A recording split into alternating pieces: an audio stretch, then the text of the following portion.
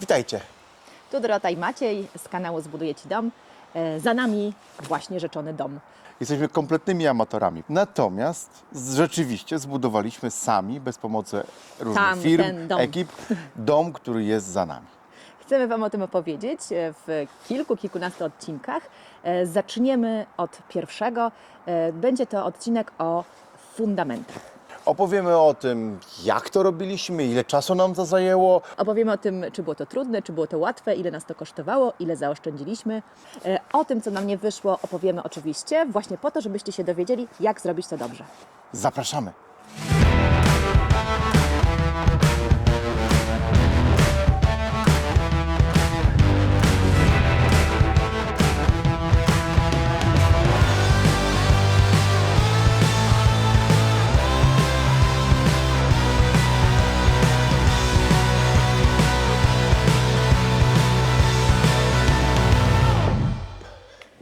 No, żarty się skończyły. Czas zbudować duży dom. Dom, na którym testowaliśmy nasze umiejętności, jest zbudowany. Całą serię pewnie oglądaliście o naszym studiu fotograficznym. Siedzimy tu właśnie. Siedzimy tu właśnie, mamy zbliżającą się zimę, 23 stopnie w środku. Da się zrobić naprawdę fantastyczny ogród zimowy. To już wiemy. Przetestowane. Najwyższa pora opowiedzieć etap po etapie, jak powstawał dom, którego zarys najprawdopodobniej widzicie za nami. Nie wiem, ile tam kamera obejmuje, ale ten dom tam sobie stoi. Tak, a pod nim jest płyta fundamentowa. Tak. W ogóle mamy taki problem z tym nagrywaniem filmów, że robimy to rzadko, ale to nie dlatego, że nam się nie chce. Już pomijam naszą własną pracę zawodową, ale chodzi o to, żeby nagrać materiał, który ma jakąś wartość, a nie tylko po to, żeby go nagrać. Także my musimy sobie wiele rzeczy przemyśleć, o czym chcemy powiedzieć. Musimy sobie w naszym wypadku poprzypominać, No bo, właśnie, to nagrywamy, jest trudne. bo nagrywamy po pewnym czasie. Dom widać stoi, jest zbudowany. Płyta, a o której dzisiaj będziemy mówić, powstawała w sierpniu zeszłego roku. Tak, w sierpniu zeszłego roku. 13 dni faktycznie ciężkiej pracy. Jeżeli chcecie zbudować swój dom własnymi rękoma, po to, że zbudować dom to mnóstwo osób robi za pomocą firm. To normalne. Ale my cały czas, nasz kanał jest o tym, żeby robić wszystko własnymi rękoma, bez pomocy firm. Takie budowlane Zosie Samosie. Takie budowlane są, tak, DIY. Jak to się mówi? DIY? No nieważne. DIY-erzy? Tak, coś takiego. Zrób to samerzy? Tak, to zrób to samerzy. Więc płyta jest faktycznie ciężkim kawałkiem chleba. I to nawet nie chodzi o to, że potrzebujecie dużą wiedzę, czy też potrzebujecie, ale nie chodzi o to, że jest trudne te etapy, że stoicie i myślicie, jak to zrobić, bo nawet jest po prostu mnóstwo ciężkiej fizycznej roboty do wykonania. To prawda. To jest taki etap, nawet jak na dom szkieletowy, no, że ta płyta się niczym nie różni od domu murowanego. Jest ciężkie, jest często brudne, jest bardzo monotonne. Na przykład te setki, czy nawet tysiące tych wiązań stali, to idzie myśmy chyba, kiedyś to pamiętam liczyliśmy, to myśmy mieli chyba około 3000 tych węzełków. To po prostu fizycznie trzeba wykonać. Nie chciałbym tak też brzmieć, że myśmy zrobili coś wielkiego, w to niech się nie pchajcie. Bo nie, bo to się da zrobić. Pchajcie się w to, zrobiliśmy to. Robiliśmy to we dwójkę, robiliśmy to z pomocą pracownika fizycznego, Tak, właśnie. ale robiliśmy to też przez jakiś czas we trójkę, w trio, ja, siostra Maćka i Maciek. Też się dało. Naszym czynnikiem niepomagającym była pogoda. Powtarzamy to pewno nieraz przy filmach, ale to jakby jest normalne. No, buduje się domy szkieletowe przez cały rok i zawsze ta pogoda jest jakaś i okazuje się, że bardzo często Tak, przeszkadza. a 20 stopni jest relatywnie rzadko. Tak, w sierpniu mieliśmy, na czas, kiedy przygotowywaliśmy płytę, kładliśmy zbrojenie, wiązaliśmy to zbrojenie, były niemiłosierne upały i nie było chmur. Nasza działka jest jakby kompletnym polem, tak? Tutaj nie ma drzew, które zacieniały chociaż fragment płyty. Placu budowy, tak. Placu budowy, więc myśmy pracowali w pełniutkim słońcu, co bardzo utrudniało pracę, co bardzo spowalniało pracę, bo po Bo prostu... myśmy robili godzinę Tak, i i na musieliśmy- wodę tak, z lodem, tak, soki, tak. odpocząć, odsapnąć i czasem ten odpoczynek to zajmował pół godziny. To nie było tak, że zejść na chwilkę z budowy, 5 minut i znowu Znaczy, jesteśmy... naszym celem nigdy nie było, brzydko mówiąc, zażynanie się. To nie o to chodzi, żeby udowadniać sobie coś i żeby w 40 stopniach Ale robić po 8 rozmawialiśmy godzin o tym dziennie. dzisiaj rano, przygotowując się do nagrania. Myśmy wyszli z takiego kieratu pracy tego studia, bo mieliśmy deadline na to, żeby to skończyć, bardzo, bardzo szybko. I faktycznie też wystartowaliśmy z płyt, i to jest w ogóle też, o czym będziemy mówić w późniejszym etapie tego filmu. Z tego też wynikły bardzo poważne błędy naszej płyty. Ja uważałem, że każdy dzień to jest strata, zwłoka, nie było dnia przerwy, nie było takiego czasu. Tak, robiliśmy to zdecydowanie szybciej niż dzisiaj budujemy dom.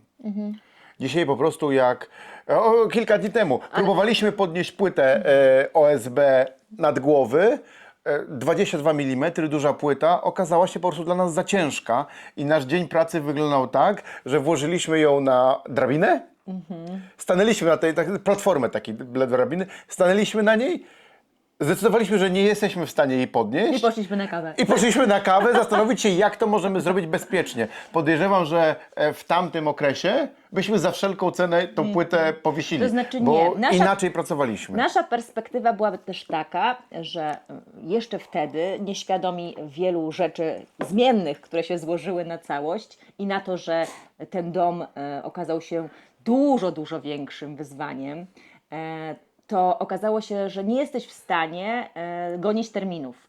Myśmy myśleli, bo się trochę naczytaliśmy, jeszcze wtedy takich głupot, że szkielety to po prostu się same stawiają, tak? I że to po prostu będzie o tak i my zamieszkamy w dużym domu. Bo to jest prawda. Sam Znaczy, szkielet no się tak, sam jak stawia, jest fantastyczny. 8 chłopak ale ustawia na tak, przykład. ale dom to jest dużo więcej niż szkielet. Nie, ale jeszcze raz wrócę do tego, tych terminów. Myśmy nie bez kozery spieszyli się w sierpniu, bo my chcieliśmy fundamenty wylać jak najszybciej, kiedy jest jeszcze pogoda, zakończyć ten etap razem z latem, żeby potem przed zimą myśleliśmy sobie, żeby postawić ten dom i żeby dachu nie robić w zimę. Żeby wcześniej zrobić dach cały, tak. Tak. Już blacha była przed zimą Tak, i Okej. dlatego myśmy... To się nie udało. Tak, dlatego myśmy tak bardzo gonili z fundamentami.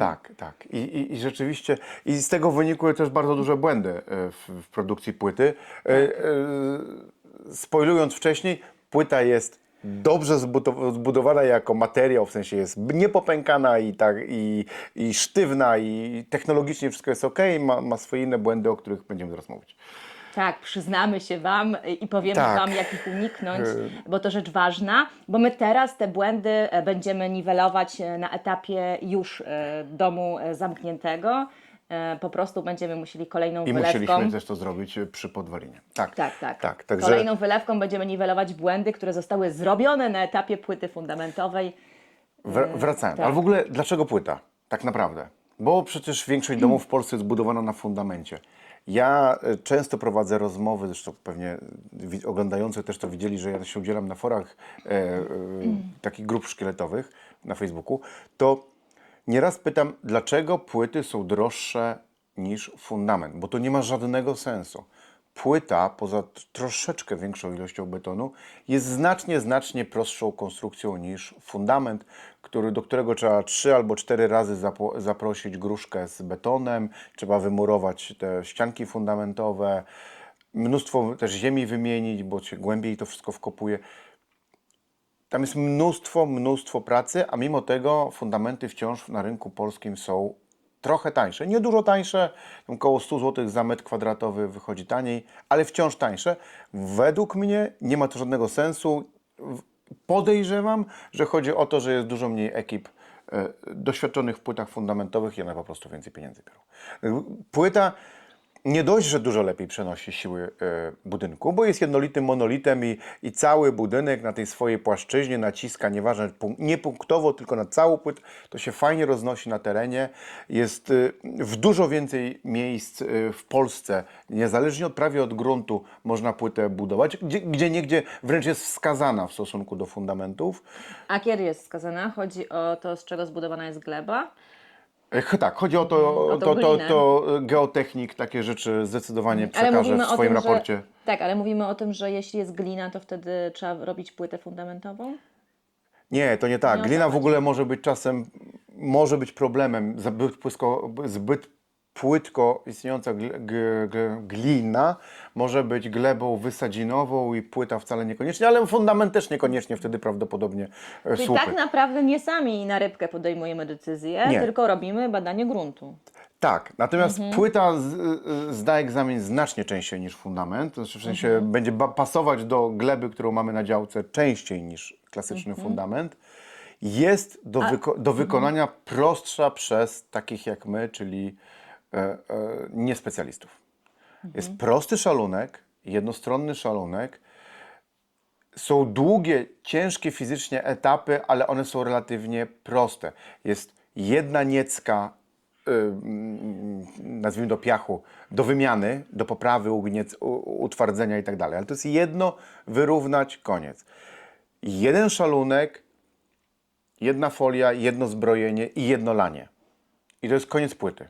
A jeszcze jeśli chodzi o charakter, my budujemy dom szkieletowy, Tak. są jeszcze domy murowane, tam jakieś tam z prefabrykatów, no nie znam się na technologiach. Modułowe. Czy to domów szkieletowych płyta fundamentowa to jest taka dedykowana? Nie. Czy wcale nie? Możesz to zrobić na zwykłych nie. fundamentach? Można zdecydowanie zrobić na fundamentach, można zrobić na tych takich z tą przestrzenią pod, na słupach. To taki mocno amerykański sposób, to crawl space, nie wiem jak to po polsku się nazywa, na słupach. Ale nie jest, natomiast jest fantastyczną barierą dla wszelkiego robactwa, gryzoni i tak dalej. Od spodu, od samej ziemi, co tam miałoby nie przejść, jest monolitem przenoszącym wszelkie ciężary w sposób jednorodny i to jest super. Dobrze wykonana, praktycznie nie ma szans pęknąć.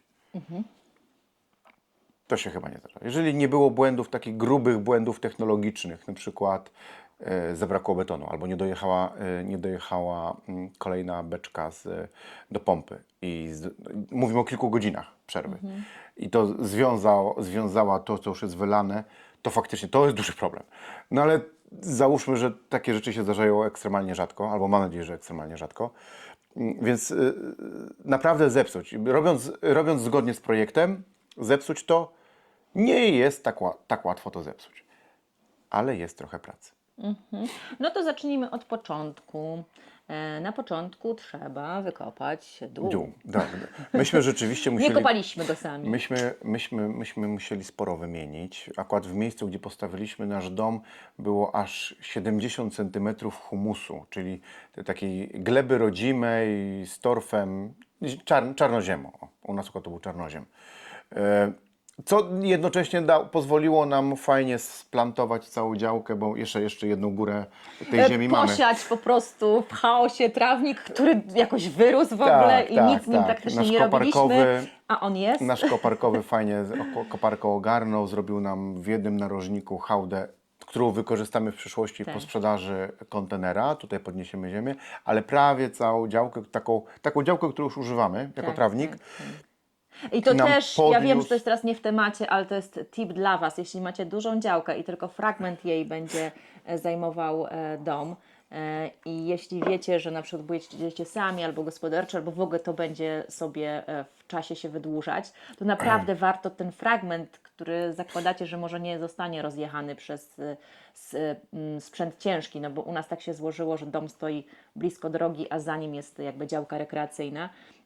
I to był wspaniały nasz przebłysk, że my ten trawnik tak trochę na przypale i bardzo szybko zasialiśmy, no bo korzystamy z niego po prostu i Tak. i fajnie jest chodzić po trawie niż po błocie.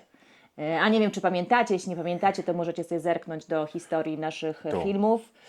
Tak, przy odcinku melioracja i Jak przy odcinku wyglądała- drogi. jak wyglądała nasza działka? Jak wyglądała nasza działka, którą zakupiliśmy. Jest to dawne pastwisko. Wody było tutaj w tamtym roku bardzo, bardzo dużo. Tutaj się działy historie takie dramatyczne. Tak, ale dzięki temu od razu, że Tak, ale- wykorzystywaliśmy nasz czarnoziem do planowania całej działki, planowania poziomu naszej działki, to mogliśmy sobie zwizualizować organoleptycznie, jaki ona będzie miała poziom. Teraz w wielu miejscach mamy niższy, bo po prostu jeszcze ta hałda tam jeszcze jest do wykorzystania, prawdopodobnie coś trzeba będzie dowieść. Okej, ale budując płytę fundamentową, wiedzieliśmy jak wysoko lub nisko, w ogóle abstrahując od projektu i od punktu zero, ale tyle, ile myśmy chcieli zagłębić ten beton nad wynikową wysokość naszego gruntu, mogliśmy to sobie już dokładnie zaprojektować. To było super dla nas ważne, że to nie jest takie wirtualne, że ta ziemia już tam jest nasypana, ona jest z grubsza wyrównana, teraz wystarczy tam, podejrzewam, dobrze przeorać i będzie gładziutka, ale już ten poziom się nie zmieni, więc mogliśmy posadowić naszą płytę na dokładnie takiej wysokości, jak chcieliśmy, a nie jak nam się wydaje w przyszłości i nie wiadomo jak wyjdzie, ile dosypiemy ziemi. To było dla nas mega ważne. Jak się nie ma doświadczenia, to akurat taka rzecz jest ważna, bo ona po prostu już jest zrobiona, więc widać. Łatwo wziąć miarkę, laser i sprawdzić, jak to odniesienie do wysokości gruntu na waszej działce, a nasze działki są przeróżne. Jedni mają skosy, inni nie. Jedni są 20 cm niżej od sąsiada albo wyżej. Samo podnoszenie, obniżanie gruntu to jest rzecz, która też jest regulowana prawnie. To są tylko niewielkie możliwości, które można robić bez pozwoleń. Więc tu jest wiele rzeczy, które trzeba sobie na początku trzeba też dokładnie względem wprojektować. poziomu drogi to wszystko fajnie I jeszcze przy umiejscowić. okazji względem poziomu drogi, To też tak, bardzo to jest, ważne. jest dużo tych takich elementów, które właśnie, jak się startujemy z budową płyty, to nie jest tylko wylanie betonu, ale to jest zaprojektowanie całej działki, jak to wszystko będzie wyglądało, już zaraz powiemy o tym, że tam to wrzucenie pod płytę, ale wiele takich drobnych składowych, które sobie trzeba dobrze rozplanować. To nie jest fizyka kwantowa. Trzeba po prostu wziąć ołówek, kartkę i wszystko dokładnie zaplanować. Czasem pójść z niwelatorem i sobie sprawdzić, jakie są. Może macie w tej mapie do celów projektowych od geodety, tam są wysokości i dokładnie się skupić, bo to po przecinku to są centymetry. I może się okaże, że tu macie przecinek 2, i ileś tam wysokości nad poziomem morza i 20 cm, a w innym jest przecinek 8. I okazuje się, że macie 60 cm różnicy w dwóch narożnikach działki. To dokładnie trzeba sobie przeskanować i zaplanować przed zagęszczeniem tej pospółki pod płytą, czy pod fundamentem, czykolwiek, żeby dobrze zaplanować, na jakiej to ma być wysokości w odniesieniu do reszty działki. Żeby się nie okazało, że na przykład woda Wam płynie po całej działce do tej opaski wokół chałupy i podmywa de facto Wam płytę i się będą robić jakieś komory wypłukane. Ta pospółka to jest zagęszczone do pewnego stopnia, aż sprężynuje i można nawet to liczbowo opisać. Okej, ale jak weźmiemy wąż z wodą i zaczniemy w to walić pod ciśnieniem, a woda z czasem robi to samo, co wąż z wodą tak na szybko, no to zostanie gdzieś tam jakieś narożniki czy boki wypłukane. Naprawdę trzeba o tym myśleć, zaprojektować dobrze sobie wcześniej albo drenaż wokół budynku, albo tak jak w naszym wypadku jest melioracja, także nie ma żadnego istotnego ciśnienia, parcia wody na naszą pospółkę. I to są rzeczy, które w ogóle, jeszcze nie mówię, zaczęliśmy o samej produkcji płyty, a trzeba sobie spokojnie pomyśleć o tym, żeby No to to jest ogarnąć. materiał teraz o tym, Nie ma żartów. jak przygotować Nie ma się żartów. pod Z płytę. fundamentem nie ma żartów. Kolejną rzeczą, pewnie Dorota chce trochę pogadać, ale ja mam dużo do powiedzenia. Nie, ja? Skądże znowu? Kolejną rzeczą jest to, co ja twierdziłem i dalej twierdzę i wiem, że można, że pod domy szkieletowe płytę fundamentową można zrobić tylko ze zbrojeniem rozproszonym i dodatkowym zbrojeniem pod ścianami nośnymi. To nie jest tak, że nasz konstruktor mnie wyprowadził z błędu. On po prostu powiedział krótko: ja Ci takiej płyty nie podpiszę, możesz zmienić konstruktora. Są tacy, którzy to podpiszą i luz. i rób jak chcesz. Bo myśmy robili fundamenty pod studio. Płytę fundamentową. Płytę fundamentową pod studio i właśnie taki beton wylaliśmy. I wtedy chyba w tym filmie rozmawialiśmy właśnie o tym, że na pewno pod duży dom jest. będzie płyta większa, ale też będzie właśnie z tym betonem rozproszonym. Tak, i tak jeszcze Z czego się wycofaliśmy. dalej twierdzę, że pod wiele domów, Ale znaczy tak, bo to jest wygodne, to jest łatwe i daje dużo mniej. Wiele dzisiaj domów 100-120 metrów, parterówki, mają relatywnie lekkie ściany, bardzo lekkie wiązarowe konstrukcje dachowe. Może nawet i Łukasz by to podpisał. Może się coś przez 1,5 roku zmieniło, więcej policzył, nie wiem. Wtedy mi powiedział, nasz dom jest budowany w sposób średnio ciężki. To nie jest ciężki niemiecki szkielet, ale jednak jest to 40 metrów sześciennych drewna, plus anhydryt na piętrze. Dużo warstw stężających płyty i tak dalej, stężające płyty całej tej konstrukcji, dużo tego jest u nas. I ciężka elewacja cementowo-wiórowa i drewniana, a nie tylko tynki, farba. Więc myśmy tych ton tam trochę włożyli w ten budynek. Łukasz o tym wiedział. Łukasz Krawczuk, ciągle mówię Łukasz Krawczuk, nasz konstruktor naszego budynku i płyty fundamentowej. Będziemy o nim jeszcze przy konstrukcji pewnie nieraz o tym mówić, o tym co Łukasz no w sumie to w cudzysłowie pozwolił nam zbudować dom.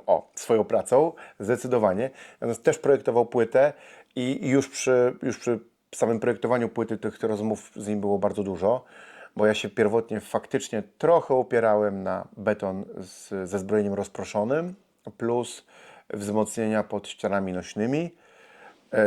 Łukasz się trochę łamał, ale w końcu to wziął, policzył i powiedział nie.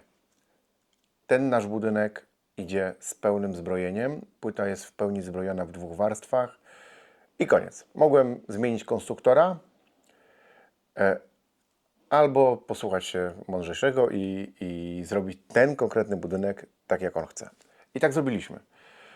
Kosztowało nas to dużo pracy. kosztowało nas to dużo pracy, jakby ilość stali, jaką władowaliśmy 3 tony. jest niewyobrażalna. Ja w pewnym momencie po prostu myślałam, że to są jakieś żarty i że komuś coś tam się papier za dużo przyjął, ale po prostu też jakby powierzchnia jest ogromna jednak w porównaniu z tym, co robiliśmy tutaj. Nasza płyta fundamentowa ma 165 m2 i uzyskaliśmy z tego około 133 m2 budynku netto. Czyli jak odejmiemy wszystkie ściany, przegrody, cokolwiek tam jest potrzebne, to z tych 165 metrów zostaje 133. Jeszcze taka rzecz, bo o tym mówiliśmy w poprzednim odcinku, może nie każdy wyłapał. My niestety nie mamy materiału filmowego z części, kiedy robiliśmy zbrojenie. To był nasz taki mały kryzys. Myśmy się czuli wtedy troszeczkę zmęczeni i tacy. Ten film po prostu wydawał nam się, że my chyba nie podołamy, że to trochę nie ma sensu. Był też straszny upał. Nie podołamy z budową, tylko że nie podołamy z filmem. Myśmy przez rok nie publikowali filmu, wydawało nam się, że to nie ma sensu, nie miały jakiejś zbytniej oglądalności.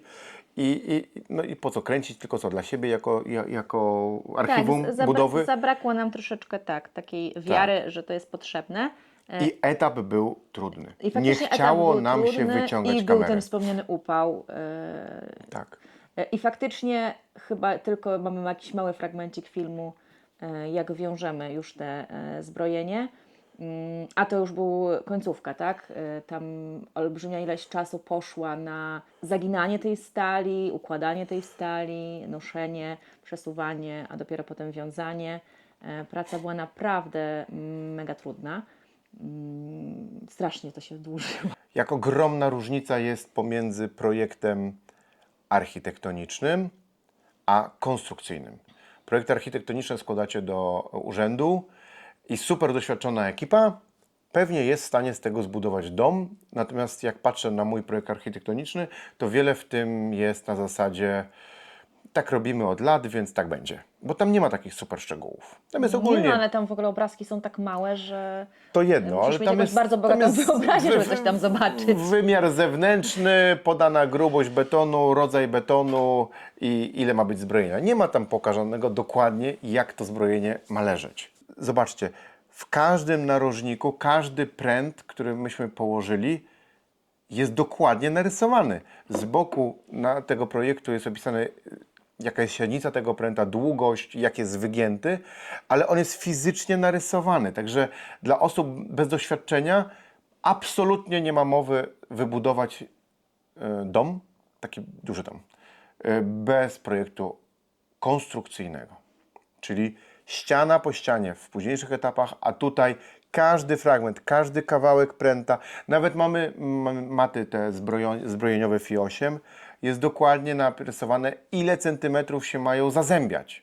To nie jest rzecz, którą ja zgadywałem, bo skąd mam to zgadywać? No to trzeba być inżynierem budowli, żeby wiedzieć dokładnie, jaką tam, z czegoś to wynika. To zazębianie jest konkretne, wynika z jakichś obliczeń i norm.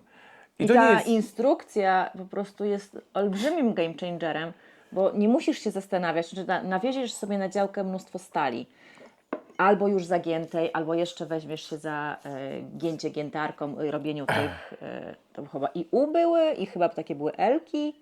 No, L-ki, U i jeszcze te takie stojaczki, takie kobyłki. Tak, i jeszcze kobyłki, no i te maty stalowe. No i na tych rysunkach masz dokładnie pokazane, ile jest tego warstw, w którym momencie kładziesz pręty, czy te pręty idą pod maty, czy na maty, jak do tego położyć jak do tego w przekroju położyć. jest też poziomy. Jest wszystko pokazane i nie musisz się zastanawiać, co z tą po prostu 3 tonami stali zrobić. Także niewyobrażalne jest to, żeby zrobić to bez takiego dokładnego opisu, jaki dostaliśmy od konstruktora. Jak małe i ubogie w treść to jest tak naprawdę. Tam naprawdę jest tak napisane, że dom stoi na fundamencie. No, bo my tam jeszcze w projekcie mieliśmy fundament. I tyle. I z grubsza tyle. I jaką ma być głębokość wynikającą tam z głębokości przemarzania. No i tak naprawdę to tyle. Także nie. Musi być projekt konstrukcyjny, zdecydowanie. Dobra, żeby budować płytę, najpierw trzeba wymienić grunt. Takie rzeczy się robi w 2 etapach. Najpierw się robi badania geotechniczne, czyli trzeba zrobić nawierty w ziemi, żeby w ogóle konstruktor wiedział, ile należy wymienić gruntu, jaką grubość płyty należy zastosować, jak ją zazbroić, bo to wynika z tego, jaką mamy glebę. Po prostu. Na czym nasz dom będzie stał. Druga rzecz to jest wizyta pana geodety, który wytycza nam osie budynku. U nas pani geodeta. U nas była pani chyba geodeta, tak, która wytycza osie budynku oraz punkt 0. Osie budynku to faktycznie są osie środka nośnej części budynku, części ściany. Jak macie tam jakieś warstwy elewacji, styropianu, to nie jest środek całej ściany. Oś budynku to jest środek nośnej części ściany. Jak ktoś nic nie wie, to jest taki tip. To już wiem. To już wie. Natomiast punkt 0, czyli punkt 0 całego budynku, to jest poziom gotowej podłogi. To nie jest poziom waszej płyty, dna, góry płyty. To jest poziom gotowej podłogi już z wykończeniem, już z... Ta wierzchnia warstwa. Ta wierzchnia warstwa, po której się chodzi w skarpetkach. Także... Albo w kapciach. I to Albo na bosakach. trochę... Ty mówisz w skarpetkach. No tak. To trochę uważam, że jest w momencie, jak jeszcze nie ma dziury w ziemi, albo ma być dziura w ziemi, to ten punkt 0 w tej naszej polskiej rytmie budowy jest trochę za wcześnie. Możliwe, że gdybyśmy mieli dużo więcej doświadczenia, to byśmy go ustawili już wtedy tak, jak żeśmy go zbudowali, ale my rzeczywiście zrobiliśmy wyżej punkt 0. To zostało tam potem zmienione przez kierownika budowy. On sobie zapisał, dlaczego podnieśliśmy cały budynek w odniesieniu właśnie do drogi, ale A czyli to była zmiana nieistotna? była to zmiana nieistotna, bo tam jest różnica poniżej 2% całej wysokości budynku i mógł to wprowadzić nasz kierownik budowy do książki budowy. Taki tip? Taki tip. Bierzcie kierownika budowy, który ma uprawnienia architekta, bo jest po prostu I jedną jest osobą. jednocześnie architektem adaptującym wasz projekt. Tak, tak, tak. Jeżeli nie macie projektu Przyspiesza to indywidualnego. wiele. Gdy macie to w formie 2 firm czy osób, to musi zajść ta komunikacja, czyli zmiana musi zostać zatwierdzona przez architekta, architekt to musi podpisać i dopiero kierownik budowy to może wpisać do książki budowy. Natomiast jeżeli to jest jedna osoba, to jakby to robi prawie że automatycznie. Skoro jako kierownik budowy mówi, że można tak zmienić, to znaczy, że można tak zmienić i tyle. I zmienia. I was to przestaje interesować, bo on to wpisał. Tak jest. No, także ten punkt 0 u nas, ja tego nie dopilnowałem, ten punkt 0 wyznaczył, pytał mnie, ale ja tak też jeszcze wtedy nie do końca wiedziałem, geodeta na podstawie ówczesnego poziomu drogi. Wydawało mi się, że to jest dobrze. Jak potem zacząłem to mierzyć z działką, wymyśliłem, jak naprawdę chcę ten beton płyty fundamentowej, jak głęboko zanurzać w stosunku do wysokości działki, no to okazało się, że tam tych centymetrów brakuje. Wymiana gruntu, zacząłem o tym wcześniej mówić, przerwałem. W naszym wypadku było to wybranie aż 70, gdzie idzie 80 centymetrów humusu i nawiezienie aż 20 ciężarówek pospółki. Mnóstwo. Mam nadzieję, że większość z Was, jak buduje swój dom, nawozi mniej. Robił to nam znajomy koparkowy, też jego ciężarówka. To jeszcze były chyba jakieś czas. Jak dobrze kojarzę, to wtedy były protesty rolników, że nasz ciężarówkowy non-stop czekał gdzieś, nie chcieli go puścić. Tak. Coś takiego. Ale generalnie było tak, że To była jakaś tutaj blokada. Bo... z naszym Maćkiem Koparkowym jedną ciężarówkę, Maciek mi tam dużą koparką 18-tonową szybko rozrzucił towar. Ja na jego maszynie, on nam przywiózł tą 500-kilową zagęszczarkę, to zagęszczałem każdą kolejną, jakby w cudzysłowie, dostawę tej pospółki i prawie, że kładliśmy się na piachu i czekaliśmy na kolejną, Tak, na to kolejną był problem, faktycznie. ciężarówkę. Gdyby jeździły 2 ciężarówki na zmiany, byłoby to zdecydowanie szybciej. I nie stałyby na blokadzie. I nie stały na blokadzie, to też pewnie Wtedy miało nie miało znaczenie. znaczenia, tak, ile tych ciężarówek. Ale no, czekaliśmy na ciężarówki, 20 ciężarówek, a zdarzało się, że jednego dnia to chyba tylko 3 czy 4 razy potrafił przyjechać. No trochę za mało, to się trochę ciągnęło, w sumie chyba 3 albo 4 dni, żeśmy wymieniali. No to Ale właśnie wiesz- to tak dziwnie brzmi, bo Maciek jak wjechał tą wielką koparą, bo to absolutnie takie rzeczy nie robiliśmy sami, to były tego koparkowe i koniec. Jak Maciek wjechał tą 18-tonową, tą kołową koparą, to on wydłubał tą naszą ziemię może w 30 minut. Jakoś tak. Jak dobrze pamiętam, to on w czasie, jak czekaliśmy na koparkę, to on po prostu jeździł po działce i od razu sobie rozwoził tą ziemię, wyrównywał. On tak dosyć dużo Ja nią... Ci jeszcze przypomnę, bo tak powiedziałeś i to tak brzmi tak wspaniale, że my sobie leżeliśmy w oczekiwaniu na przywiezienie myśmy piasku. wtedy jeszcze budowali końcówkę tego Myśmy domu. kończyli właśnie na studio i szklarnię. Także nie, Dzień leżenia dobry, nie dzień było. dobry. Nuda. Oho, kierownik przyszedł. To jest no, właśnie nasz kierownik pies nasz- budowy. Tak, on podpisuje przez zmianę. architekt. On podpisuje zmiany. No, Obudziłem nuda, się. głupoty gadamy, Chodź, tak? Bobotu. Tam Chodź, się połóż, idź chodź. na miejsce. Chodź. No idź, Nie, idź. nie, nie, nie przez To nie pana. jest miejsce. Boboś, zejdź. Tu. Tak, a dodawaliśmy już, jest mega posłusznym psem. Zawsze się słucha. Także tak, to aż tak kolorowo nie było, bo faktycznie myśmy kończyli, Nie. zresztą są kadry. Ja tutaj coś pamiętam, nagrywałam jeszcze w studio, a słychać było właśnie głos koparki i niwelatora, bo Ty po prostu chodziłeś tam, Nie sprawdzałeś. niwelatora, tylko zagęszczarki. Nie, niwelatora. A, pik. Tak. Dobra, sorry. Głos niwelatora poznam wszędzie. Już jest na innej budowie. Już jest oddany, przekazany. Tak. Buduję dom kolejny, bo nam już się nie przyda. Na razie. Na razie. Jak jest 35 stopni, to faktycznie męczące jest jeżdżenie na zagęszczarce. Natomiast nie należy się bać tej wagi tej zagęszczarki. Ona niewiele wnosi do trudności z jej operowaniem nią. Wręcz mam wrażenie, że tą 500, którą jeździłem, łatwiej się jeździ niż setką, bo ona ma bieg do przodu i do tyłu, setka nie ma. Nie bać się tego zagęszczania samemu, jeżeli jest ogarnięty koparkowy, to on już daje dosyć równy teren do zagęszczania. Nawet taki dobry koparkowy to wie, że już jest zagęszczone czy nie. Zresztą to czuć pod nogami, jak ta ziemia zaczynała w pewnym momencie sprężynować. Ona nie tylko wibruje i się zagęszcza, a w pewnym momencie widać, że już tak chodzi jak taka sprężyna. Już się nic więcej z tą ziemią nie zrobi. Nie ma opcji. Także to dosyć szybko. Każdy może załapać, że jest ok.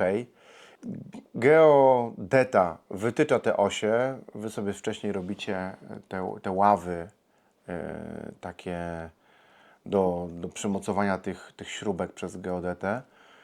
No i po prostu kopiecie dziurę. Ustawiacie poziom płyty dokładnie, czy tę wysokość, ile zasypu. To musi być z konstruktorem dokładnie ustalone, jak to będzie głęboko. My mamy zrobione w ten sposób. Nasza płyta ma 28 cm grubości albo wysokości i zanurzamy w poziomie naszego gruntu docelowego 10 cm. 18 cm ona wystaje ponad ziemię. Nasz budynek będzie miał, to już wiemy, że będzie miał, bo musi mieć, 2 schodki do góry.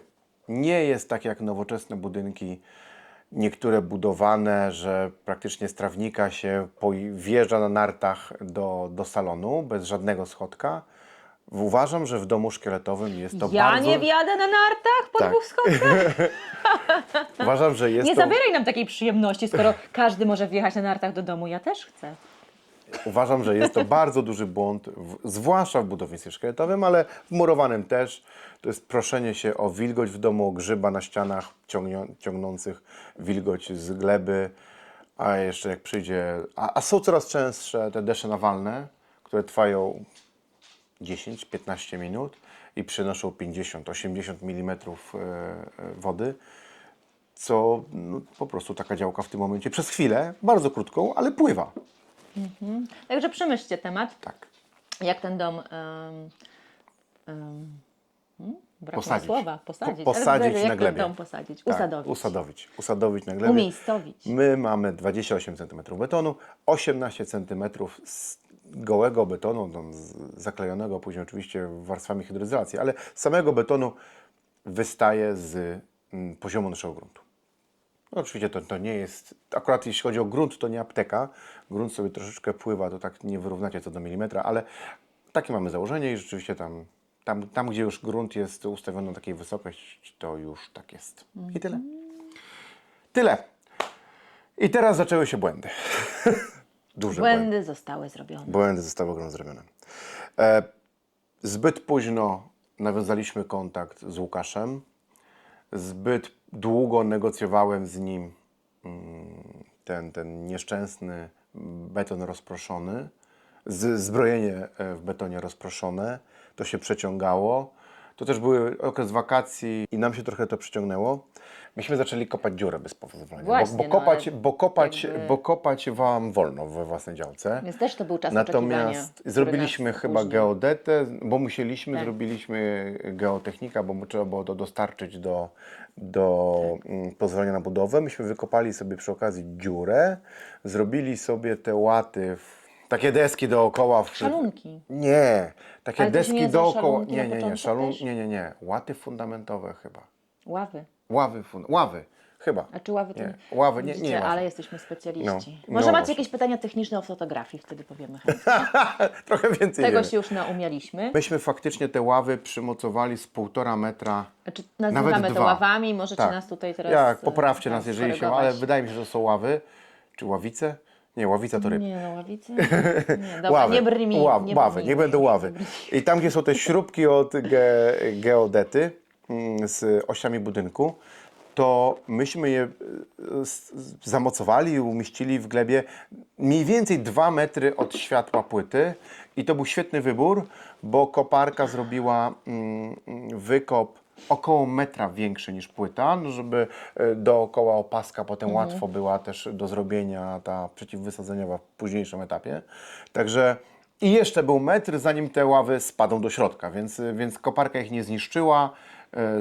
Bardzo dobrze, tak. 2 metry to jest idealny wybór na to, żeby były dalej od osi budynku. Cukier nam spada, musieliśmy się dopchnąć trochę. Tak.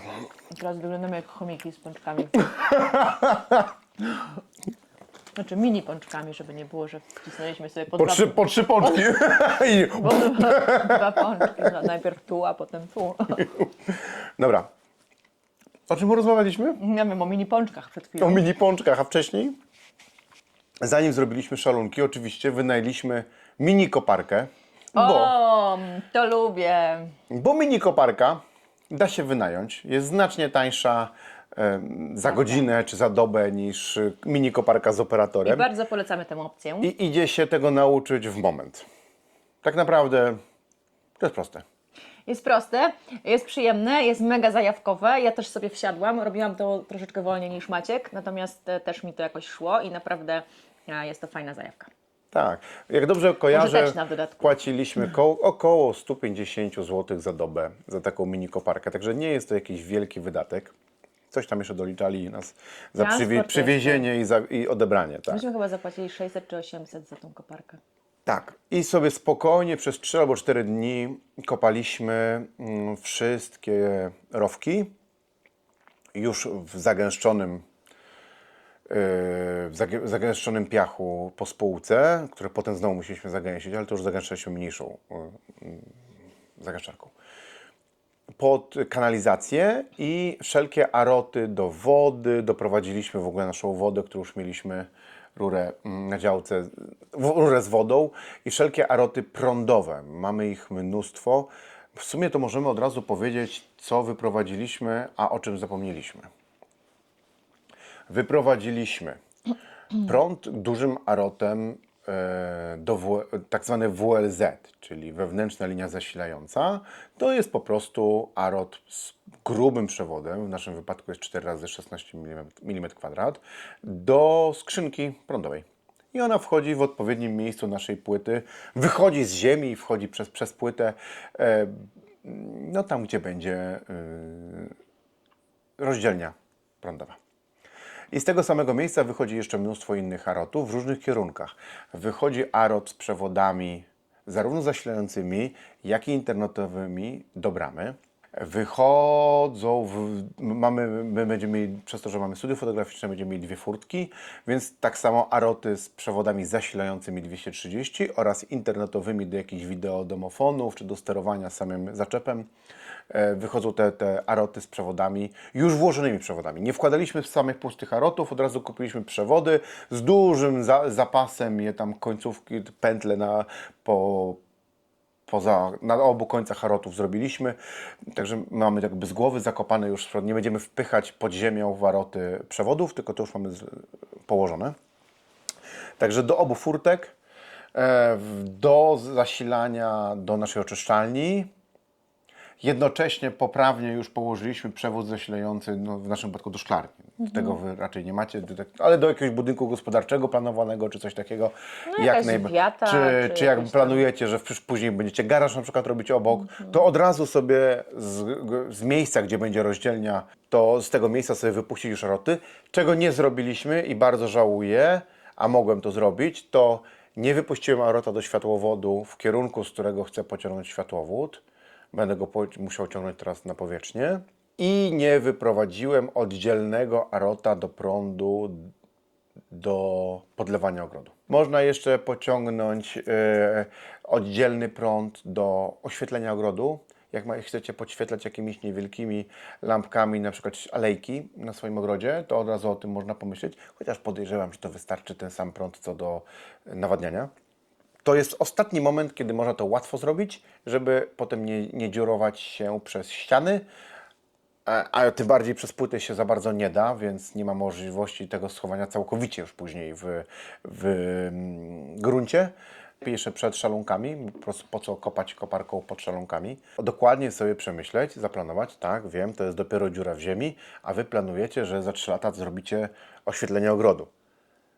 No ale tak jest najlepiej. Najtaniej, bo w tym momencie to jest super tanie, to jest kwestia kilkunastu, kilkudziesięciu złotych za rota, to samo za przewód, zakopać, zakleić na końcu taśmami, zostawić jakiś tylko znacznik, gdzie ten przewód, jak nie wystaje, to gdzie on tam jest, jakiś kijek wbity w ziemię i tyle.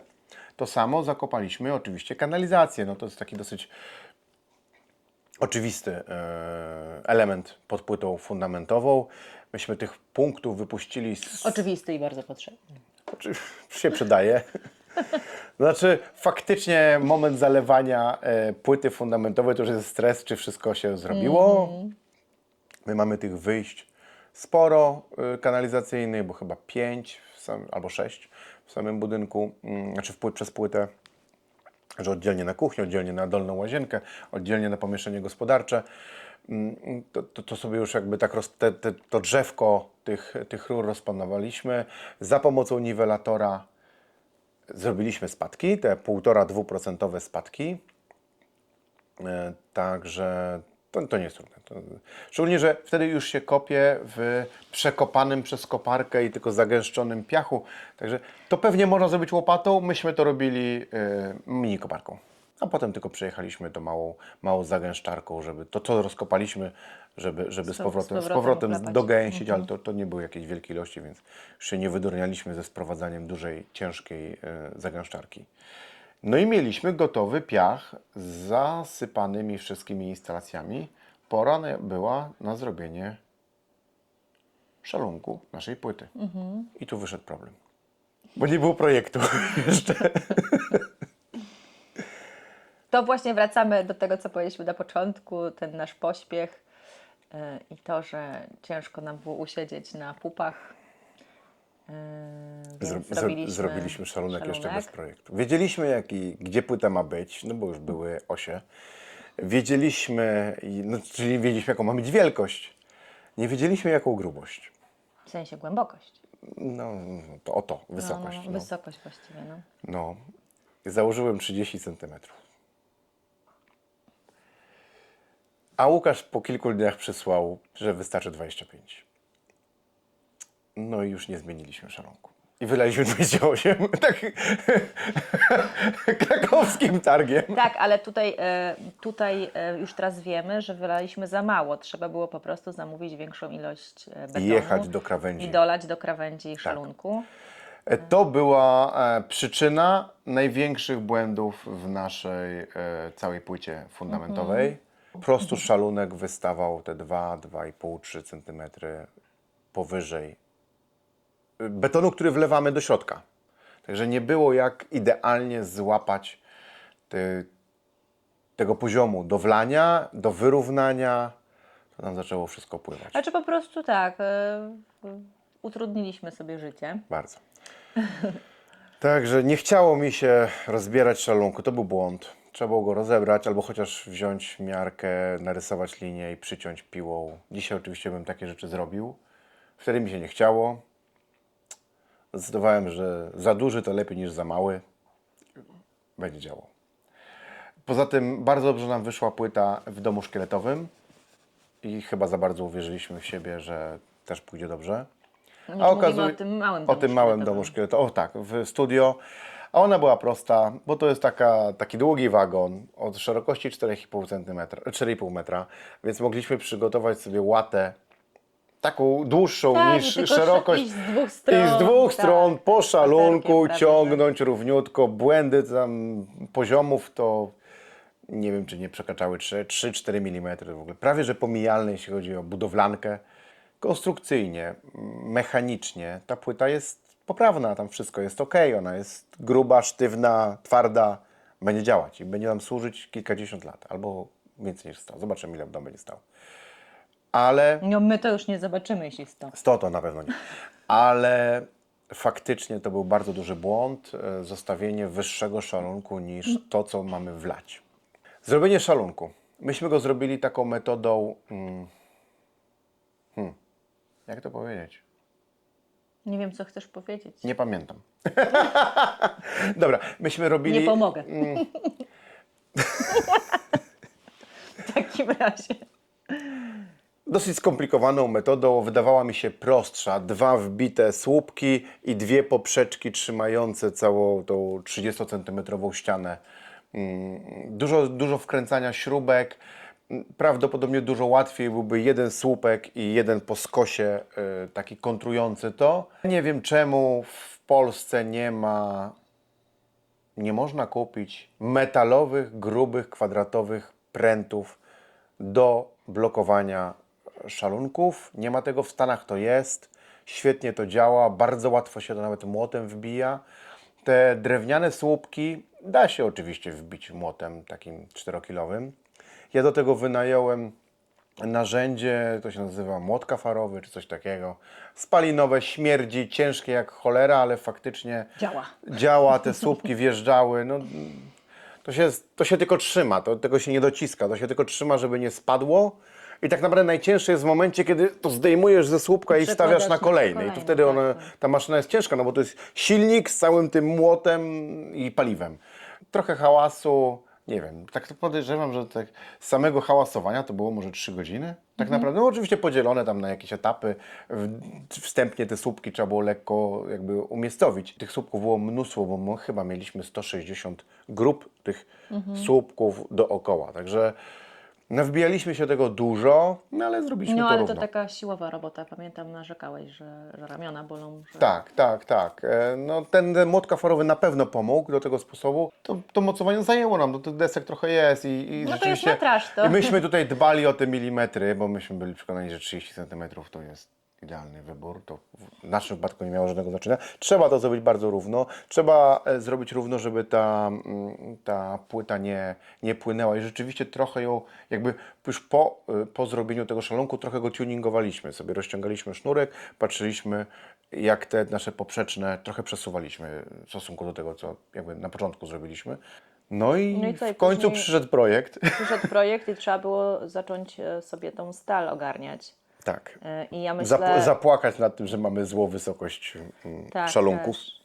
Ale ja myślę, że warto też podkreślić, że chyba nie warto giąć tej stali samemu.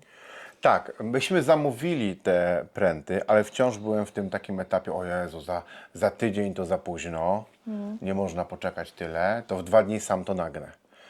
No, niestety nasz konstruktor życzył sobie z prętów FI 8 te wszystkie mocowania, a nie z FI 6 jak zazwyczaj. Więc za pierwszym razem na giętarce to się prawie że odbiłem od tego No ja w ogóle pęta. nawet nie próbowałam. Taka zwykła Patrząc mechaniczna, na Maćka. zwykła mechaniczna ramię z łożyskiem, mechaniczna giętarka. Mieliśmy do... A pamiętasz w ogóle, ile było do wygięcia tych Tak, kształtów? mogę sprawdzić, To były bo jest jakieś- w projekcie. To były jakieś takie spore ilości. Myśmy do tego etapu płyty wzięli na kilka dni pracownika fizycznego i właśnie Maciek na zmianę z nim zajmowali się gięciem tej stali. Ale to nie warto, bo to po prostu żarcie dniówki i po prostu no, taka praca już bardzo, bardzo monotonna i bardzo ciężka i bardzo fizyczna, jeszcze we wspomnianym upale. Także nie, to było słabe. To trzeba było już zamówić stal pogiętą. Chwila przerwy na kawkę. Bo tu wiecie co? No, wy to oglądacie raptem dopiero 20 minut, a my to już 2,5 godziny nagrywamy. Trochę żeś przesadził. Trochę zgodziłem. Już wiem. Wzięliśmy ściągawkę. Zaopatrzone w ściągawkę możemy już zrobić korektę. To nie było FI 8, tylko FI 10. Pręty zbrojeniowe, wszystkie mamy FI 10. Pręty zbrojeniowe. Nieważne, czy to są te długie pręty, które sobie leżą, czy zakręty. Czyli sztuk w kształcie litery U zagiąłeś razem z pomocnikiem 362 sztuki. Trójkącików Elek właściwie takich, nie trójkącików. Elek było niedużo. 48. 156 sztuk takich trudnych kobyłek. No i tak. U mają 2 zakręty, ale kobyłka ma już 1, 2, 3, 4 i to jeszcze w różnych kierunkach. Tak. To są wszystko 90-stopniowe. Ciekawe, ile to gięliście? Za 2 dni? Wydaje mi się, że ja sam giąłem pół dnia. zacząłeś, tak. A potem 2 dni na zmiany. Raz jeden, raz ja, raz pracownik. I tak chyba po kilkadziesiąt zagięć i się zmienialiśmy. I drugi był upał, i drugi szedł odpoczywać i pić wodę z W lodem. ogóle to pewno też zależy od rejonu, gdzie powstaje Wasza budowa. U nas nie jest tak prosto znaleźć pracownika fizycznego. Po prostu ci, co dobrze pracują, to pewno już dawno pracują i nie ma ich na rynku. Myśmy do budowy małego domku i po części do naszego domu mieli takiego sprawdzonego, nazywaliśmy go w poprzednich filmach Silny Tomek, bo nazywał się Tomek i był mega silny. I przy on konstrukcji przy domu. konstrukcji też z nami pracował. Natomiast na czas tego, kiedy my robiliśmy płytę, on akurat wyjechał do jakiejś pracy I coś tam robił. za granicę chyba. Więc myśmy tutaj szukali na gwałt pracownika. I faktycznie akurat przy płycie na zmianę pomagało nam 2 braci z chyba Ochotniczej Straży Pożarnej. Bardzo silni. tacy rezolutni. Wyglądali tak, że tak powiem, mało Budowlanie. Mało budowlanie, biorąc pod uwagę, Ale pomogli. jak duży był nasz silny Tomek, ale naprawdę byli bardzo pomocni. Także jakby jeśli zakładacie, że takiego pracownika potrzebujecie, to warto wcześniej się zacząć rozglądać za takowym, no bo nie było łatwo. Od razu mogę powiedzieć, do późniejszego etapu oni nie mieli żadnego doświadczenia, jeśli chodzi o lanie betonu i faktycznie zostałem sam, na zasadzie wszyscy mnie pytają, co teraz trzeba zrobić, czy już jest dobrze, czy Tak, nie, tak. czy już jest równo, czy nie. To było dla mnie bardzo duże obciążenie, bo nagle się stałem majstrem na budowie, który musi zdecydować, czy jest dobrze i powiedzieć, kto co ma robić. Gubiłem się w tym, bo ja sam trzymałem tą faję z betonem. Byłem bardzo zmęczony, bardzo skupiony na tym, co robię, żeby robić to dobrze, a jeszcze trzeba było ogarniać resztę osób, które tam pomagały mi bardzo w tym momencie. Także tutaj doświadczonego pracownika nam A ja bardzo zabrakło. myślę, że po prostu zabrakło Ci wsparcia żony fizycznej i psychicznej. A, no właśnie, drony nie było. Bo tak się złożyło, że ja akurat musiałam wtedy być z córeczką w szpitalu, a już była ustalona data lania tego betonu, nie przesuwaliśmy, więc byłam tak, obecna tak. tylko myślami i To kibicowałam fakt, im gdybyś bardzo. była z boku, chociażby z kamerą, to byłoby dużo, dużo łatwiej. Nie, no pewnie. ja sobie żartuję, no i w czym ja bym Ci wtedy pomogła? No, byłem przy tym przytłoczony. Dobra, ale Mhm. zobacz, jak my mamy na naszym projekcie nawet ułożoną każdą płytę z zakładką dokładnie podano. Mamy dokładnie Tak. wyrysowane przez Łukasza, ile płyt, jak przecięte mają być. Myśmy to dokładnie wiedzieli. Ze sterty tych siatek od razu mogliśmy docinać Znaczy, je. Ja pamiętam, myśmy mieli One są podrukowane ponumerowane. w dużych formatach to Tak, wszystko. to jest mega istotne. My do każdego etapu mieliśmy ogromny arkusz A2, A1, w zależności co było potrzebne, wydrukowany najczęściej w kolorze, żeby dobrze było widać szczegóły każdego kolejnego etapu. W tym wypadku Znaczy, naszej tu płyty, bardzo się kolor przydał, bo tak, różowe i niebieskie. bo konstruktor wykorzystywał kolory, Tak, żeby łatwiej to kreski, było, bo żeby się te kreski nie by się nachodziły na zlały siebie, kompletnie. tak, Tak, tak. I myśmy te projekty faktycznie, takie wydrukowane, nie tylko na ekranie, ale studiowali, no pewnie godzinami w sumie. Jest to mega, mega ważne. Dosłownie jedna, akurat w przypadku płyty fundamentowej, to jest jedna kartka, to są oba, bo każde zbrojenie jest dwuwarstwowe, dolna i górna warstwa, które przenosi zupełnie inne siły. Jedna działa na rozciąganie, druga działa na ściskanie. To jest mega istotne i tu mamy 2 oddzielne rysunki, tylko płyta jest na naszym projekcie narysowana 2 razy, bo to jest dolna i górna warstwa naszego zbrojenia. Mamy szalunek, źle zbudowany, ale już trudno. Było jak było. W sensie format był dobry, był prosty, tylko za wysoki. Położyliśmy folię, czarną folię budowaną pod spód. No i teraz powstaje już, pewnie się niektórym naszym słuchaczom, oglądaczom, zapala lampka, a gdzie styropian? Nie ma. Jest to konsekwencja moich obliczeń i długich rozmów z konstruktorem. Pod naszą płytą nie ma styropianu. Czyli mówiąc tak technicznie, nasza płyta jest płytą zimną. Tak. Nie zrobiliśmy ciepłej płyty z pełną premedytacją. Tak. W domu murowanym wanna ze styropianu pod płytą i z boku płyty ma ogromny sens, gdyż niweluje mostki i wilgoć, która się ciągnie z ziemi na ściany.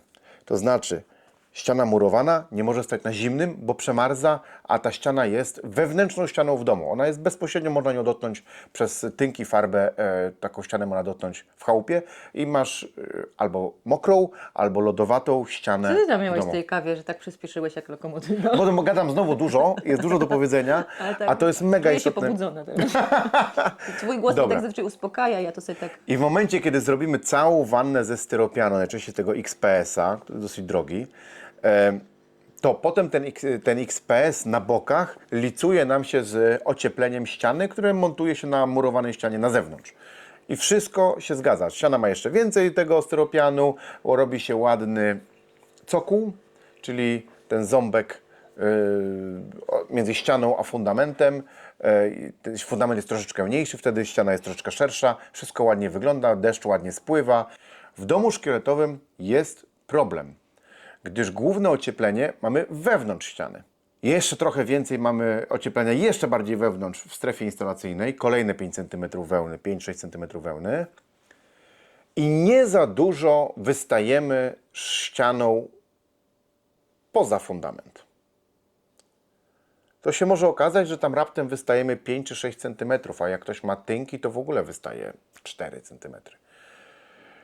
I taka 10 czy 15 cm wanna ze styropianu dookoła fundamentu zaczyna się robić problemem, bo się robi schodek wręcz.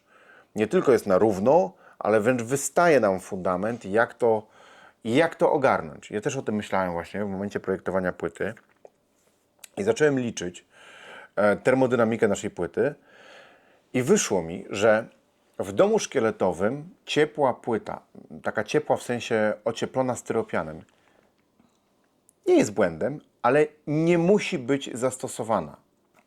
Unikam w ten sposób tego styropianu, grubego styropianu, bo trochę mu trzeba zrobić do opaski wysadzeniowej, ale to wystarczy 5 cm.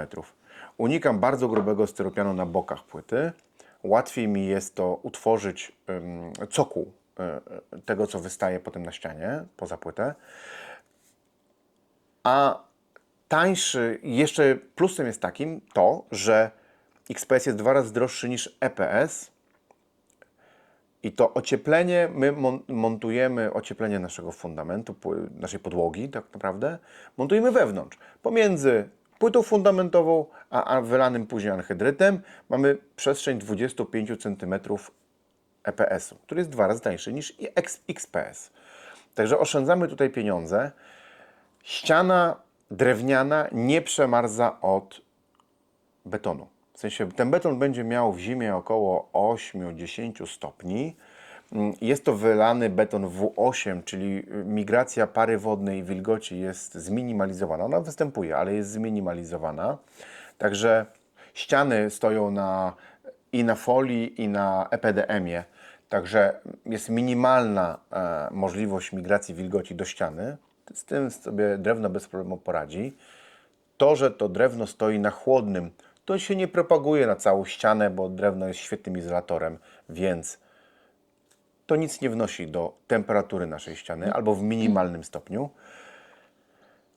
I jest taniej, łatwiej jeśli chodzi o tą szerokość, grubość cokołu versus grubość ściany i jest trochę łatwiej ze zrobieniem równego piachu pod wylewkę.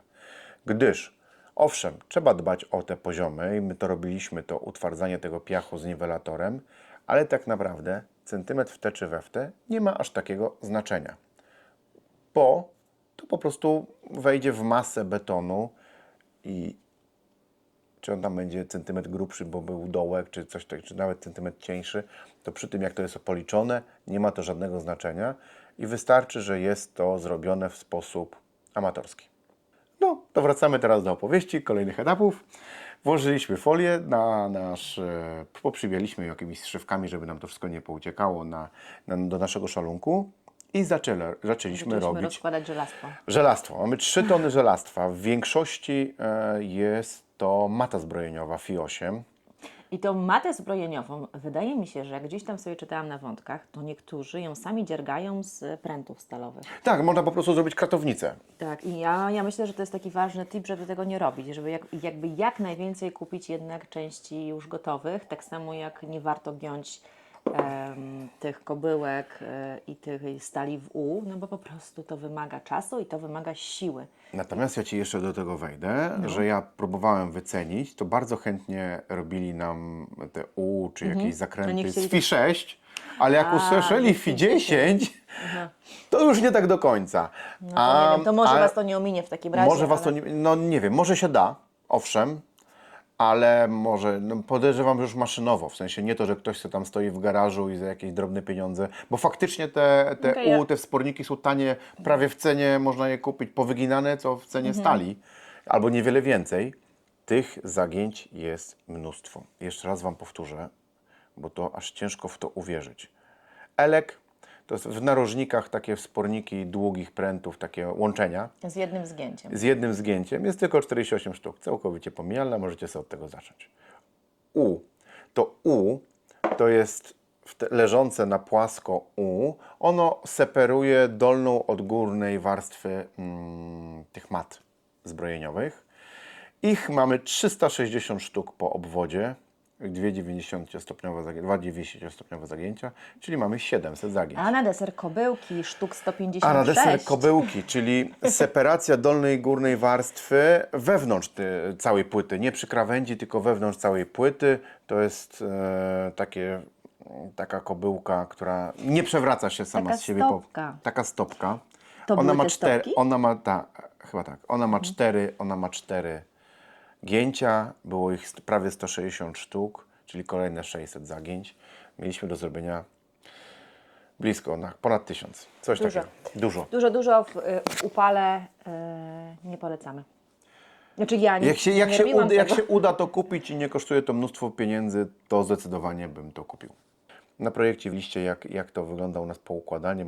Mamy też pręty zbrojeniowe wokół głównych ścian nośnych dookoła budynku i mamy ich 5 na dole i 5 u góry, czyli aż 10 prętów musieliśmy mimo siatek jeszcze położyć po obwodzie, plus jeszcze skośne w tych wewnętrznych Tak. narożnikach. I tutaj dochodzimy do drugiego błędu, który zrobiliśmy kobyłki separujące wszystkie IU, wszystkie o tej samej, zgodnie z projektem, wszystkie o tej samej wysokości. Pręty wasze, załóżmy, że macie 20 cm betonu, albo 25, wszystko jedno. Dolna warstwa zbrojenia ma być 5 cm nad betonem, to się stawia na takich plastikowych podkładkach. Można wrzucać cegły, ale szybciej, taniej chyba wkładać te plastikowe podkładki. No i górna warstwa ma być 4-5 cm. Ale poczekaj, cegłę przecież to by wtedy jeździło. Myśmy to zaklikali na tych podkładkach i dzięki temu była bardzo sztywna i można było chodzić i wiązać to wszystko razem. Wiem, że niektórzy dają po taniości cegły, te podkładki nie kosztują dużo, one kosztują jak potem to wbrew chodzić? pozorom bardzo łatwo się je wkłada pod te maty. Wykorzystaliśmy ich dużo, bo chyba ze 2 worki po 200 sztuk, czyli ze 400 albo 500 ich poszło na pewno. Jak położyliśmy dolną jedną z mat, mamy tych mat, siatka zbrojona. Ona się też nazywa zbrojeniowa. matą zbrojeniową. Mata zbrojeniowa, Także to siatka słowo jest zbrojeniowa. okej.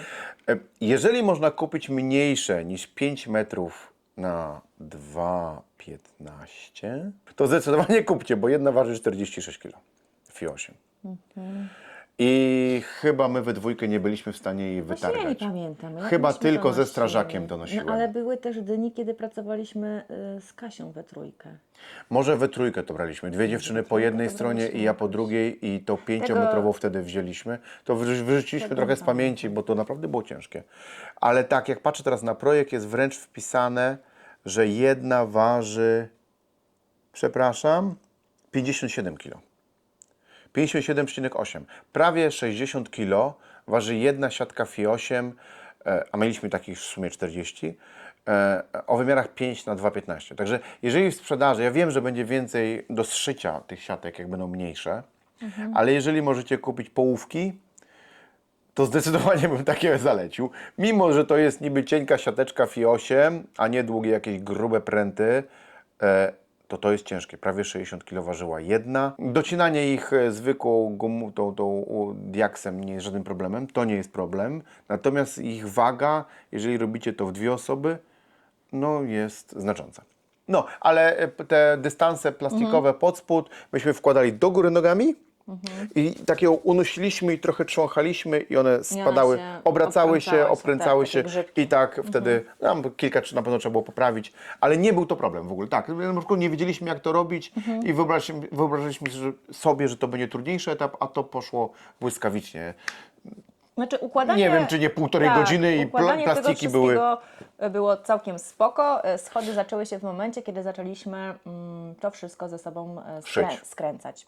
Tak, no bo jak powiedzieliśmy Wam o 5 prętów na dole, 5 prętów u góry, każdą siatkę trzeba zszyć, plus te wszystkie kształtowniki, nie wiem, i kobyłki. Wyszło ze 3000 połączeń do zawiązania tym drutem A do dyspozycji wiązałkowym. mieliśmy tylko takie ręczne, różnego typu urządzenia. Posłuchajcie, jesteśmy amatorami.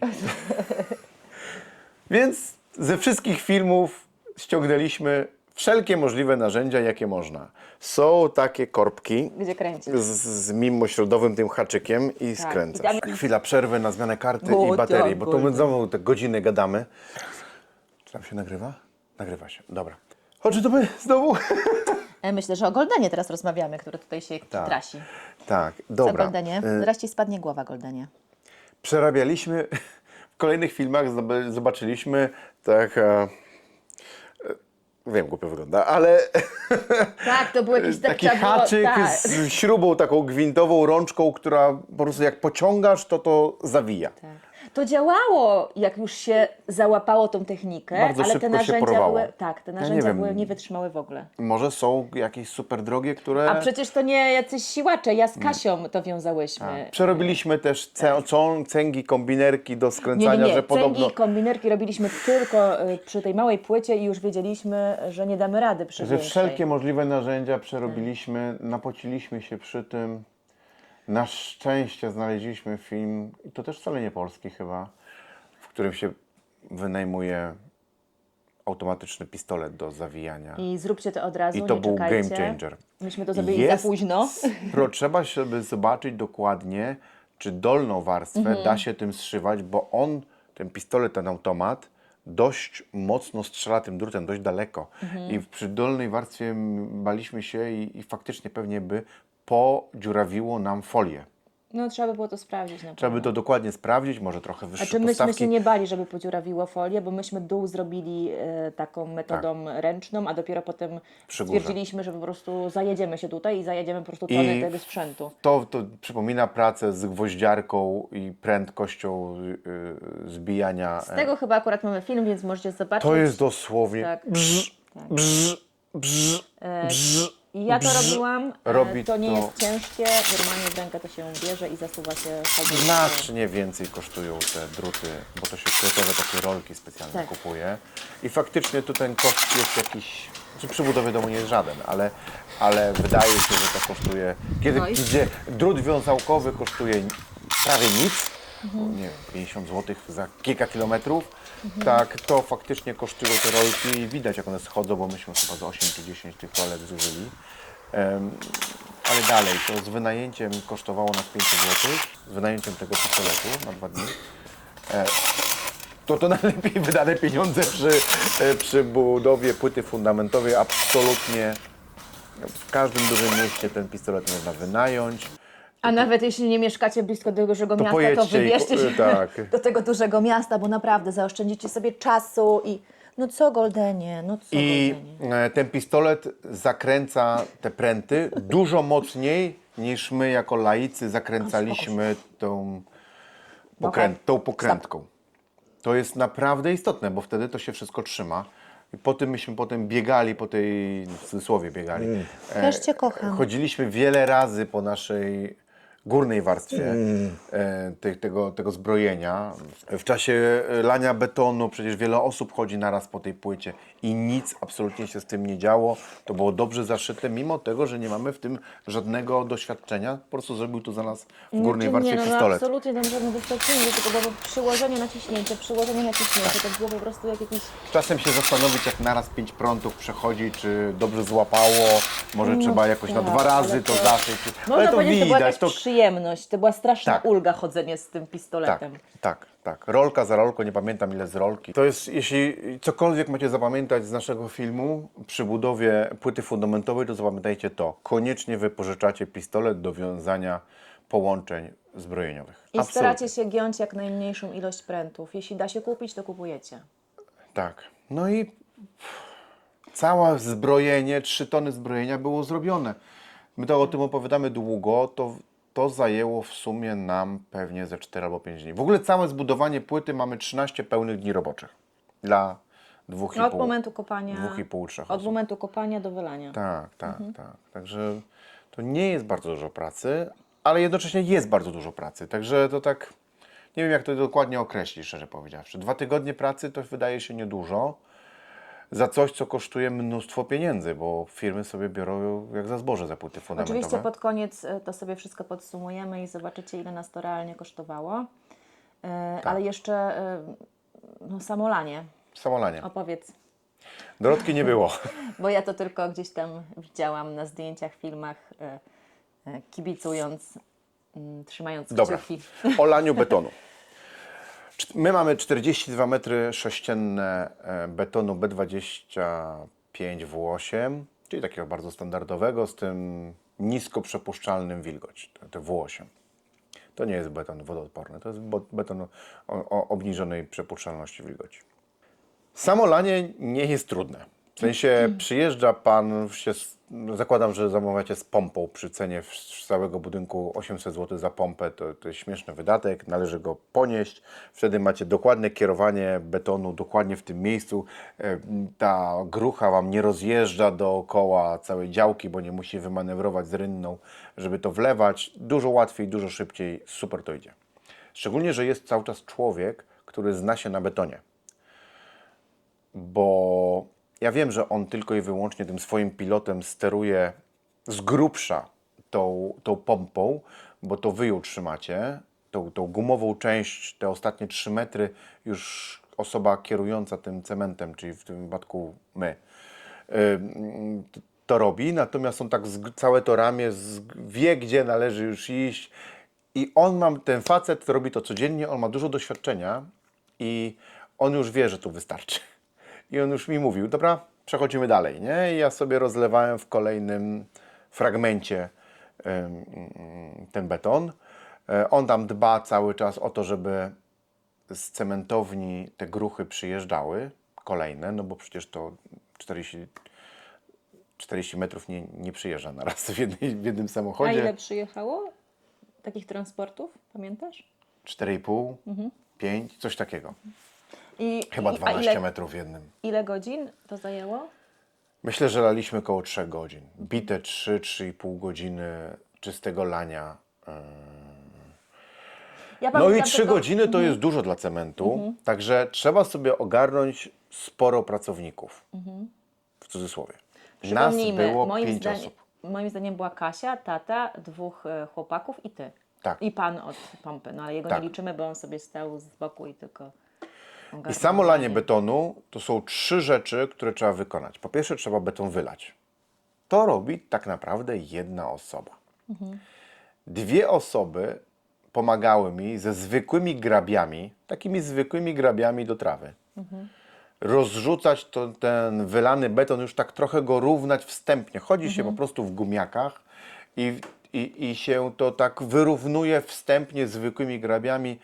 Znaczy bez kaloszy w ogóle nie ma co w to Tak, wchodzić. tak. No to- Ale te kalosze, jeśli się nie zapomni o tym i się je zleje zaraz po No, pracy, to czyściutkie. one po prostu... Wszystko Tak, wszystko się z nich schodzi. Cement jest żrący, uważać na skórę, natomiast bardzo łatwo do pewnego momentu go umyć. Się znika bez śladu. To mi 2 osoby od razu pomagały tak to, co ja wylałem z tej rury, rozrzucić, żeby to było równe. No i to się robi jakiś fragment płyty, w zależności jaki macie dom. Czasem może zdąży się całą płytę wylać, ale w naszym wypadku to było te 165 metrów i też troszeczkę przerwy pomiędzy kolejnymi gruchami, to już zaczynaliśmy to od razu wibrować. I było to tak, że faktycznie, już nie pamiętam, czy były 4 czy 5 gruszek, ale załóżmy, że były 4, to wylaliśmy gruchę. Tam było z 15-30 minut przerwy pomiędzy gruchami. Chyba 2 gruchy jeździły w kółko do cementowni, wymieniały się. I w tym czasie ja brałem tą łatę wibracyjną i jechałem z wibracją tego, co zostało wylane. I jak to zawibrowałem i przyjeżdżała kolejna grucha, to ja sobie zaczynałem lać kolejną gruchę, a jak dobrze pamiętam, Kasia z jednym z naszych pomocników, tym takim lizakiem na długim kiju starali się wyrównać to, co zostało już zawibrowane. Już na gładko, na równo. No i tutaj wyszła konsekwencja naszego dużego błędu, 2 błędów, o których teraz powiem. Pierwszy to za wysoki fundament, czyli wlewaliśmy mniej betonu niż miał fundament, powstała krawędź i bardzo ciężko było złapać równy poziom betonu. Co z Ale tego? do czego w ogóle laliście? Linię sobie narysowaliśmy. Była linia po prostu. No, narysowaliśmy sobie po prostu linię dookoła fundamentu i do tego próbowaliśmy dorównać. Przez to, że ten lizak nie dało się ciągnąć jakby częściowo po krawędziach, to bardzo trudne to było w złapaniu tego poziomu. I tak jak się wydaje, że centymetr w te czy we w te to luz, to w konsekwencji tu centymetr plus, tam centymetr minus i masz 2 centymetry. I to już jest dużo. Taki błąd to już jest dużo. Drugim błędem było to, że separacje, te U i kobyłki miały te same wymiary wszędzie. I nie wziąłem pod uwagę tego, że albo źle poukładaliśmy te warstwy trochę, że na przykład w niektórych narożnikach to mamy matę, która ma Fi 8, pręty Fi 10, narożniki L, kolejne Fi 10 i to jest u góry i u dołu. I jeszcze w wewnętrznych narożnikach takie skośne pręty, kolejne Fi 10. To sobie też możecie zobaczyć tutaj na... I się okazuje, że na tym kobyłce nie leży 10 mm stali, a 40 mm stali. Bo to jedno na drugim się kładzie. Prawdopodobnie część rzeczy należało włożyć pod kobyłki, pod maty. I to zrobiliśmy błąd. Nie uzgodniliśmy, położyliśmy i gdzieniegdzie nasze zbrojenie wyszło trochę za wysokie. Dlatego myśmy od razu, ja już to oczywiście przed laniem cementu wiedziałem, że jest za wysoko, myśmy dodali do projektu 3 cm. Było dodać 5, i dodać 30. Faktycznie gdzieniegdzie część zbrojenia, nie ta główna nośna, nie maty, ale część zbrojeń mamy dosyć blisko No ta pod krawędzią wierzchnia betonu. część wystaje Tak, w niektórych miejscach. te dodatkowe wzmocnienia gdzieniegdzie są trochę za płytko, powinny być 4 cm od krawędzi betonu. Konstruktor to widział, wszystko pozatwierdzał, wszystko jest dobrze, jeśli chodzi o wytrzymałość, ale nie tak powinno być. To powinno być gdzieś tam zatopione głębiej w betonie. Także wziąć to pod uwagę, że albo inaczej układać te warstwy, albo po prostu w tych grubszych miejscach, gdzie macie dużo różnych wzmocnień zbrojenia, po prostu zrobić niższe te kobyłki, U i tak dalej, żeby to wszystko się ładnie wyrównało. Przez to mieliśmy no, po 3-4 cm to zbrojenie nam zaczęło pływać poziomami. Jak zrobiliśmy w miarę równą podsypkę piasku, to po prostu były różne grubości, ilości tych warstw. I te Fi 10 niby tylko centymetr, ale to się sumuje. I gdzie na środku płyty jest tylko i wyłącznie mata, ta zbrojeniowa, Fi 10 tu, Fi 10 tu i wszystko się zgadza, a w narożniku jest w sumie 40 mm na dole i u góry i to się wybrzusza. Założyłem, że równo pociągniemy ten lizak, że będzie dobrze, a należało zrobić jakąś formę szyn, zatopioną w betonie, przydrutowaną do naszego zbrojenia, do prowadzenia tej łaty do ściągania betonu. Wtedy by nie było dylematu. Byłoby tyle, ile trzeba. Konsekwencją tego musieliśmy bardzo mocno na podwalinie równać. W kolejnym odcinku zobaczycie, co robiliśmy, jeśli chodzi o podwalinę. Mechanicznie jest dobrze. Bardzo utrudnia wybudowanie dolnej warstwy szkieletu.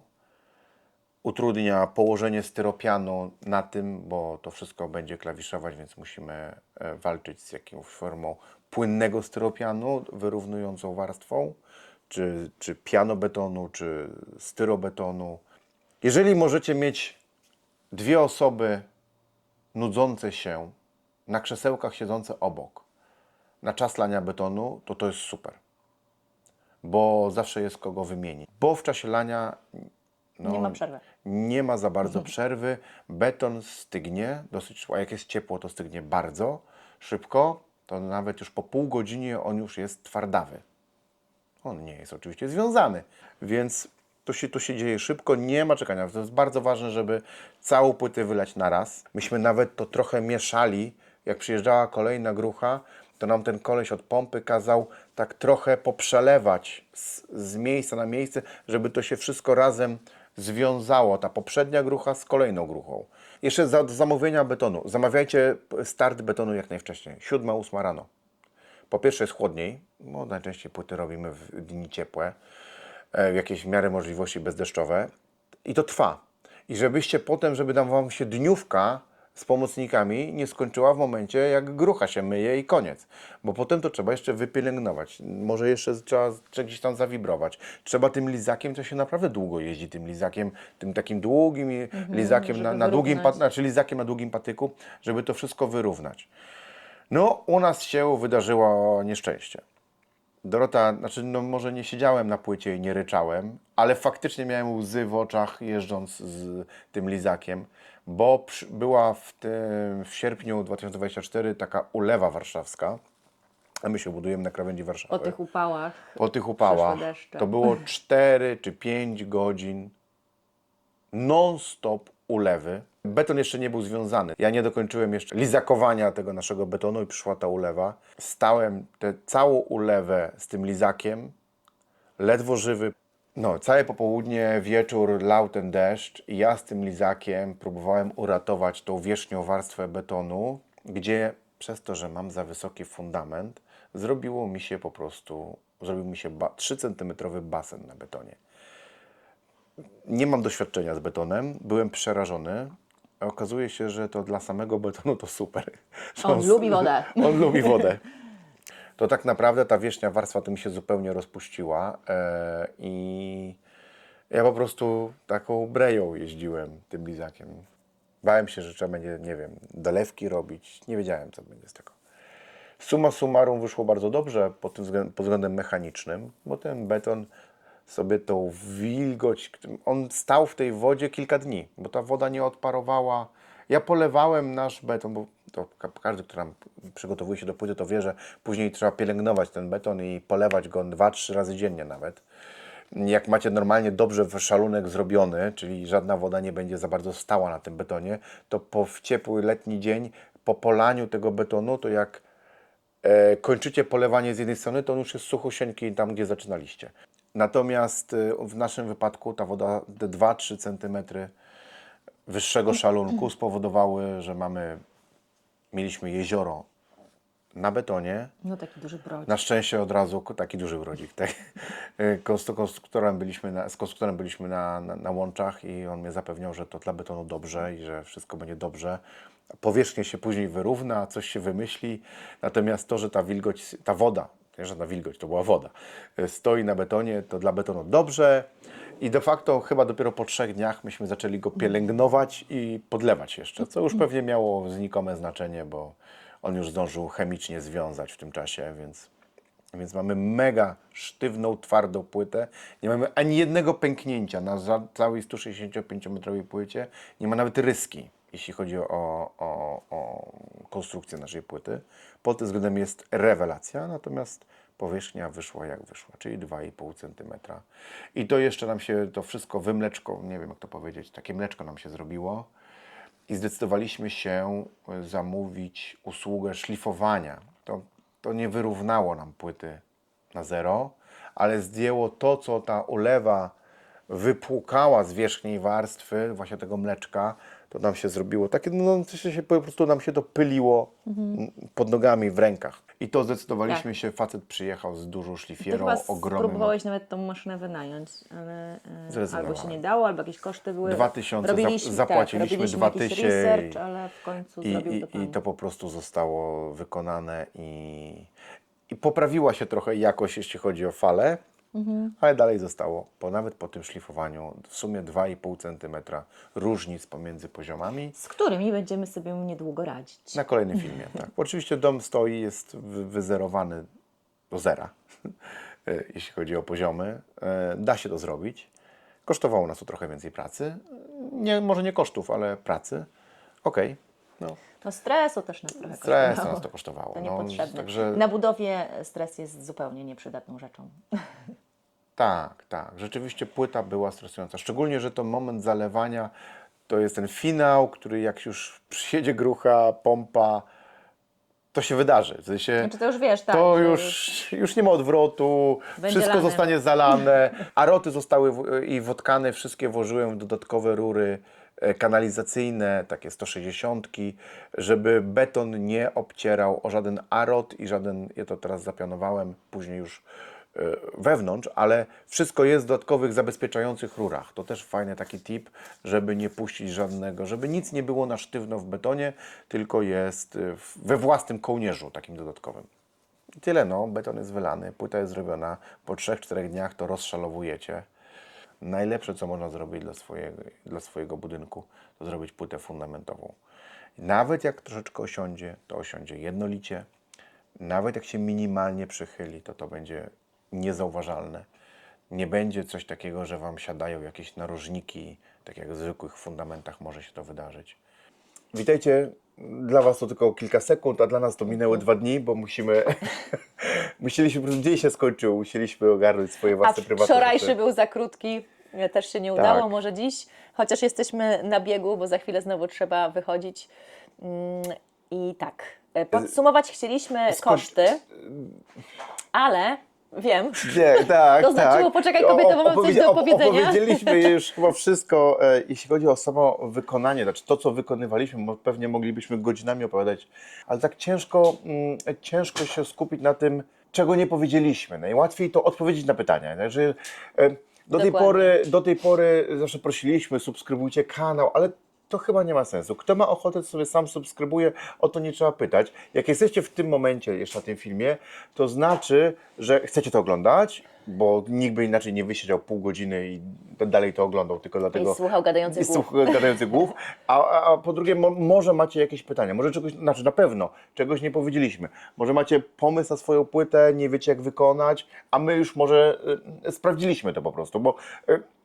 Skoro to wykonaliśmy, a nie jesteśmy budowlańcami, to musieliśmy się do każdego etapu bardzo mocno przygotować. Myśmy już dużo czasu poświęcili na to, żeby to zrobić dla siebie dobrze, bo dla siebie zawsze robicie najlepiej jak się da.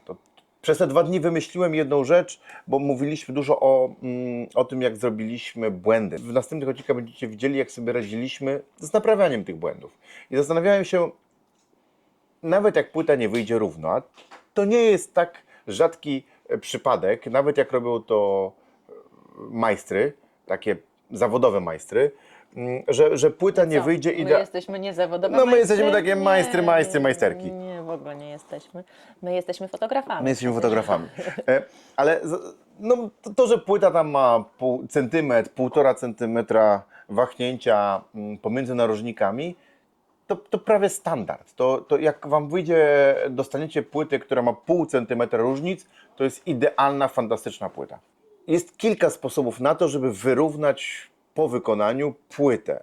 2 takie podstawowe to są podkładki pod słupami, które myśmy zastosowali. I to zobaczycie. I to zobaczycie w Tak, następnym tak. odcinku, bo jeszcze dalej w kolejnym odcinku. No żeż. O, kawiarka się włączyła. Drugi to taki pomysł, który mi poddał nasz konstruktor, to po prostu po wylaniu płyty zrobić maleńkie, nazwijmy to mikroszalunki na taką ostrogę pod ścianami wszystkimi nośnymi skupicie się na zrobieniu takich mikroszelunków, przykręcicie je dobrze do tego betonu. Nie ma opcji, żeby to zrobić źle. Wylewacie sobie twardy beton, jakiś C15, czy tą zaprawę taką szybko snącą i wszystko będzie super równe. I myślę, że gdybym dzisiaj to robił po raz drugi, to chyba bym się zdecydował. Wydawało mi się, że to jest za dużo zachodu, że każdy kolejny beton, cement, jak to zwał, tak to zwał, to jest mokra, brudna robota i bardzo wydłuża cały proces. Budowa domu jest relatywnie długa. 2-3 dni spędzone na tym, żeby zrobić szalunek, zalać to, rozrobić sobie nawet w betoniarce zaprawę. To nie jest żaden problem i byłoby lepiej. To było znowu pokłosie tego naszego jeszcze... Spieszenia się, tak, takie, że tej korby, którą mieliśmy, że my musimy każdy szybko, dzień to kolejny że my chcemy etap, tak. jak najszybciej wziąć się za kolejne etapy, żeby nie zabagnić i żeby nie zostać zimą z dachem. Nic to nie pomogło, zostaliśmy zimą z dachem. Nie wyrównowaliśmy, Ja nie wyrównaliśmy do tej betonu. ostrogi, tak nazwijmy to ostrogą, do tego wrócę, bo mam o tym przemyślenia, jak będę mówił w odcinku o przegrodzie, o warstwach ściany. To jest chyba najbardziej gorący temat w ogóle w budownictwie szkieletowym. Prawie każde pytanie w internecie to jest tylko i wyłącznie o przekrój ściany. Przekrój ściany, Tak, to w ogóle hasło w budownictwie szkieletowym przekrój ściany. Ale to bardzo chyba każdy. ważne, bardzo słuszne. Dodatkowy cokół, ostroga, nie wiem jak to nazwać, wokół pod ścianami nośnymi może być bardzo fajnym elementem, który ułatwia wiele rzeczy, ale jednocześnie trzeba bardzo uważać na ogromny mostek cieplny, który można sobie stworzyć. Ale o tym opowiem dokładniej Gadasz. z rysunkami przy przekroju ściany, bo muszę taki odcinek zrobić. Dobrze, to teraz zanim obiecane podsumowanie finansowe, to jeszcze mam taki mały bonus. Wyświetla się tu właśnie film i aktor, jedyny aktor, który występuje w tej scenie, opowie Wam, co robił i po co. Tak, to I czy Wy też musicie to robić? Na samym początku budowy myślałem, że umrę. Wygląda zachęcająco. Wyobrażałem sobie kolejne etapy budowy gorzej. Wtedy trzeba to zrobić zawsze po zawibrowaniu. Ja tego chyba na żywo nie widziałam, albo mój umysł to wyparł. Po zawibrowaniu, czyli zagęszczeniu całej podsypki pod płytę, trzeba po prostu ją wyrównać. No i najprostsza metoda to jest paleta do góry nogami na sznurku i jedziesz. Czyli trzeba to zrobić. Grabiami się zajedziecie. Czyli trzeba to zrobić. Tak. Także w dodatku jeszcze nie dość, że ciężka praca, to jeszcze w pełnym upale, także no nie polecamy, ale podobno trzeba, więc trzymam za Was kciuki. Więc tak, zaczynamy. Najpierw cena stali. Myśmy mówili, że tam było około 3 Mamy tak ton, nie do końca tak? po kolei, jak sobie przypominaliśmy różne rzeczy, co zostały wrzucone, zakopane w tym całym piachu i w tej płycie, to po prostu wypisywaliśmy, to nie jest jakaś ścisła kolejność, natomiast to są koszty, które się ponosi tak prawie naraz, kupujecie, zamawiacie beton, za chwilę za niego zapłacicie, zamawiacie stal, wcześniej chwilę robicie wymianę gruntu, to też za to płacicie. To taki jeden wielki koszt, który trzeba po prostu ponieść. Stal, mówiliśmy o tym, że było to 3 tony Jak około 3 ton. i to kosztowało 11 500. 40 arkuszy, 5 metrów na 2,15, FI8 tych siatek mat zbrojeniowych i chyba z 1700 kg tych prętów po prostu, które gięliśmy albo też wykorzystywaliśmy jako wzdłużne zbrojenie pod ścianami nośnymi. Koszt betonu, czy to jest już z pompą? Tak. Koszt betonu z pompą to było 18 100. Nasza lokalna cementownia nie dolicza pompy od jakiegoś poziomu, już jakby wliczają to w cenę betonu. Zamówiliśmy, nie pamiętam dokładnie, 42 albo 43 metry sześcienne betonu B25 W8. Mówiliśmy Wam o tym i widzieliście na filmach, że braliśmy do tego etapu pracowników. Obliczyliśmy sobie, że mniej więcej zapłaciliśmy za 7 dniówek. Każda dniówka kosztowała 250 zł. Szalunek oszacowaliśmy koszty na 800 zł. Na słupki, na te deski szalunkowe, jakieś tam graty potrzebne do tego, żeby to wykonać. Instalacja wodna i kanalizacja 600 plus 800.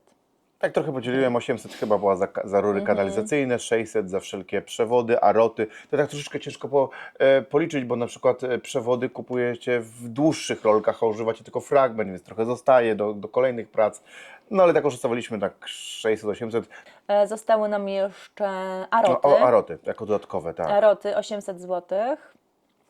Później wymiana gruntu. Tutaj jest 19 tysięcy. Tak, myśmy zapłacili majątek za wymianę gruntu i to jest ogólna kwota, którą zapłaciliśmy dla naszego koparkowego, 19 tysięcy, ale to nie jest koszt pracy koparki, tylko zdecydowana większość z tego to jest pospółka, czyli piasek z różnymi frakcjami żwiru, który po prostu przywiózł. I to było aż 20 ciężarówek. No i w tym była też 12-metrowych. usługa koparki, koparka 18-tonowa. Braliśmy też zagęszczarkę. To jakby to doliczył, tak? Nie wiem, No i był nie też wiem nawet, kierowca policzył, ciężarówki, to nie też wiem, ile wchodzi policzył w za zagęszczarkę koszty. i też nam splantował, nie wiem, planował, teren, bo on nam rozwoził od razu czarnoziem po całej działce. To, co zebrał humus, to od razu rozwoził po całej działce i w ogóle my te jego zagęszczarki też wykorzystaliśmy szybko lekko zagęściliśmy sobie to, co on rozwiózł koparką, żeby posiać trawę, żeby mieć ogródek jakiś taki wstępny. To wyszło tak, że 16 tysięcy zapłaciliśmy za ziemię, a 3 tysiące za usługi koparki. 19 w sumie. Kolejna pozycja na naszej liście to jest wynajem pistoletu do wiązania zbrojenia. Kosztowało nas to 500 zł, to jest koszt wynajmu, plus te druty na szpulkach. Takie szpulki i które... nie pamiętam dokładnie, ale wydaje mi się, że większość tej kwoty to są te szpulki. Że sam Tak wynajem, mi się wydaje, to było coś że... 150, 180, może 250, coś takiego, ale gros tego Znaczy, pochłonęły te myślę, że spółki. gdyby nieważne ile to kosztuje, to jest jakby jako pierwsze sobie wpiszcie w kosztorysie. Mamy jeszcze pozycję pod tytułem folia budowlana, koszt 350 zł. Tak, zaskakująco droga. To taka gruba 1 mm folia, chyba najgrubsza, jaką można kupić. Tak. Mamy kolejną pozycję grzybki, 500-600 sztuk za 250 zł. Czyli to te takie dystanse, na których układaliśmy, które rozdzielały dolną warstwę. dolną warstwę, te takie niebieskie elementy. I one miały wysokość... Można sobie wybrać 4 lub 5. One zależy jak się go ustawi. tak. To Takie też wystarczyły. coś, co mieć musicie. W naszym projekcie było, że beton dookoła zbrojenia ma mieć minimum 4 cm, więc wybraliśmy te grzybki 4-5 cm. I na końcu wpisaliśmy usługę szlifowania. To jest to, o czym opowiadaliśmy. Życzymy Wam, żebyście nie musieli ponosić takich kosztów. U nas tak wyszło, jak wyszło i jakby ta usługa była niezbędna naszym zdaniem i zapłaciliśmy za robociznę 2 panów wraz z maszyną. Oni tu szlifowali dobrych parę godzin. Oj, długo. I też biedni w Cała pełnym słońcu. okolica zapylona, a mieli dobre odkurzacze, Tak, tak. I to nas kosztowało 2000 zł. Tak, normalny beton nie trzeba szlifować. To jest beton, który będzie przykryty styropianem, na którym będzie szlichta. Tam nie ma potrzeby, żeby było idealnie gładko, w sensie tak gładko na dotyk. Także kolejny morał, nie bądź jak Dorota i Maciej, sprawdzaj pogodę. I może jak wiedz, że jest deszcz, bo gdzieś te ulewy to nie jest też tak, że ten deszcz się wziął znikąd. Ja podejrzewam, że on gdzieś tam w prognozach był. On wprawdzie chyba był takim zaskoczeniem, bo to nie miała być chyba aż taka ulewa, a w konsekwencji to był naprawdę Ale jest problem, bo ogromniasty deszcz. beton się zamawia co najmniej dzień wcześniej, bo myślę, że że mogliśmy się już nie wycofać z tego. nie jestem pewien.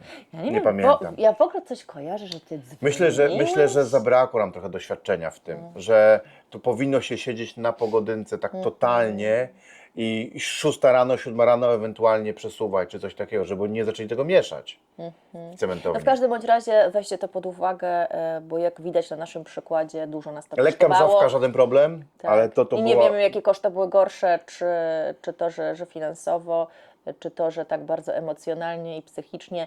Ja trochę wtedy nieświadoma, z daleka od tego, a Maciek tutaj sam z myślami, że będzie kłuł tą płytę i że będziemy w ogóle raz jeszcze musieli wylewać te fundamenty.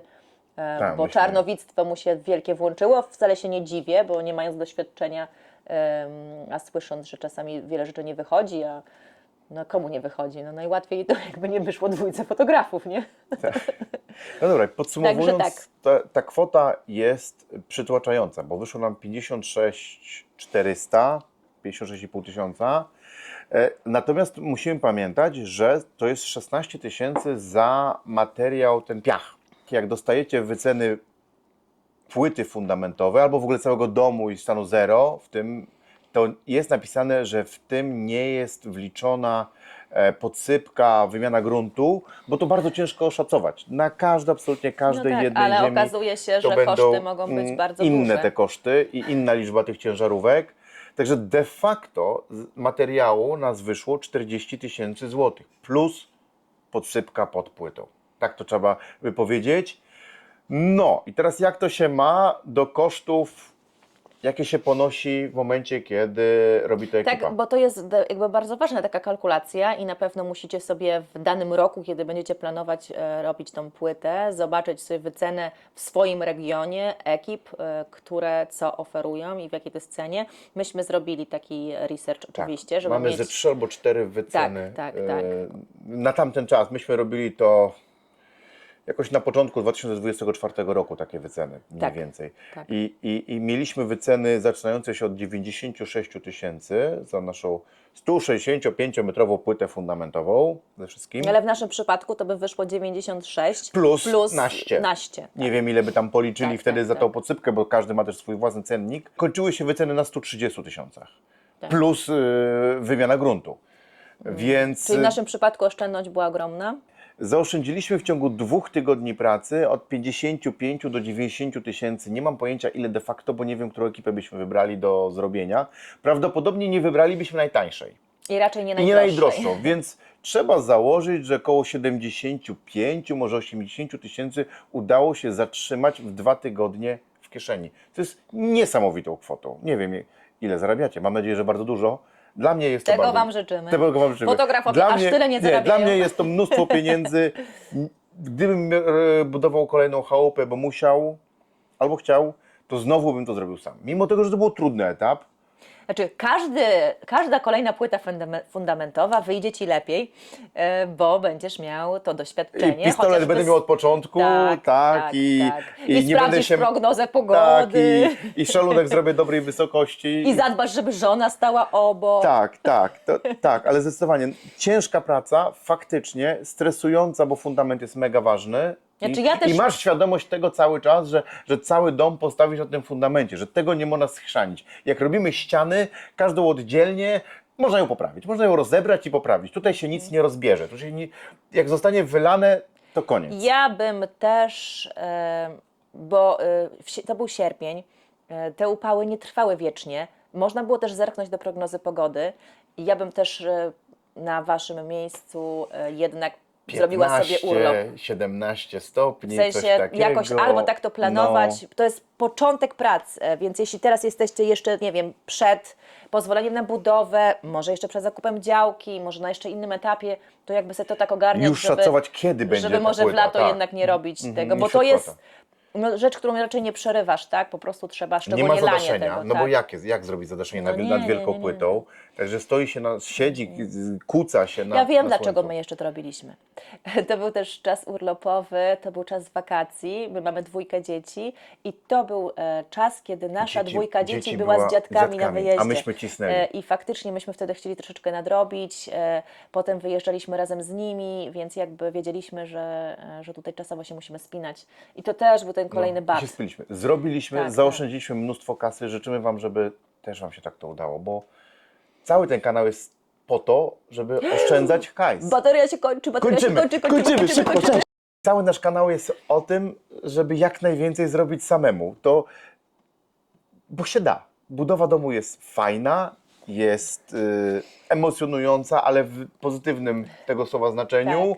I można mnóstwo I mnóstwo można pieniędzy mnóstwo też zaoszczędzić. o tym Nie powiemy Wam rozmawiać. dzisiaj, ile już zaoszczędziliśmy, bo to Ale będzie w ogóle wam niespodzianka, powiemy ale kiedyś. w końcu Wam powiemy, Słuchajcie, bo te kwoty na dziś się powiemy... nie śnią tak Tak, naprawdę. na dziś powiemy Wam do zobaczenia.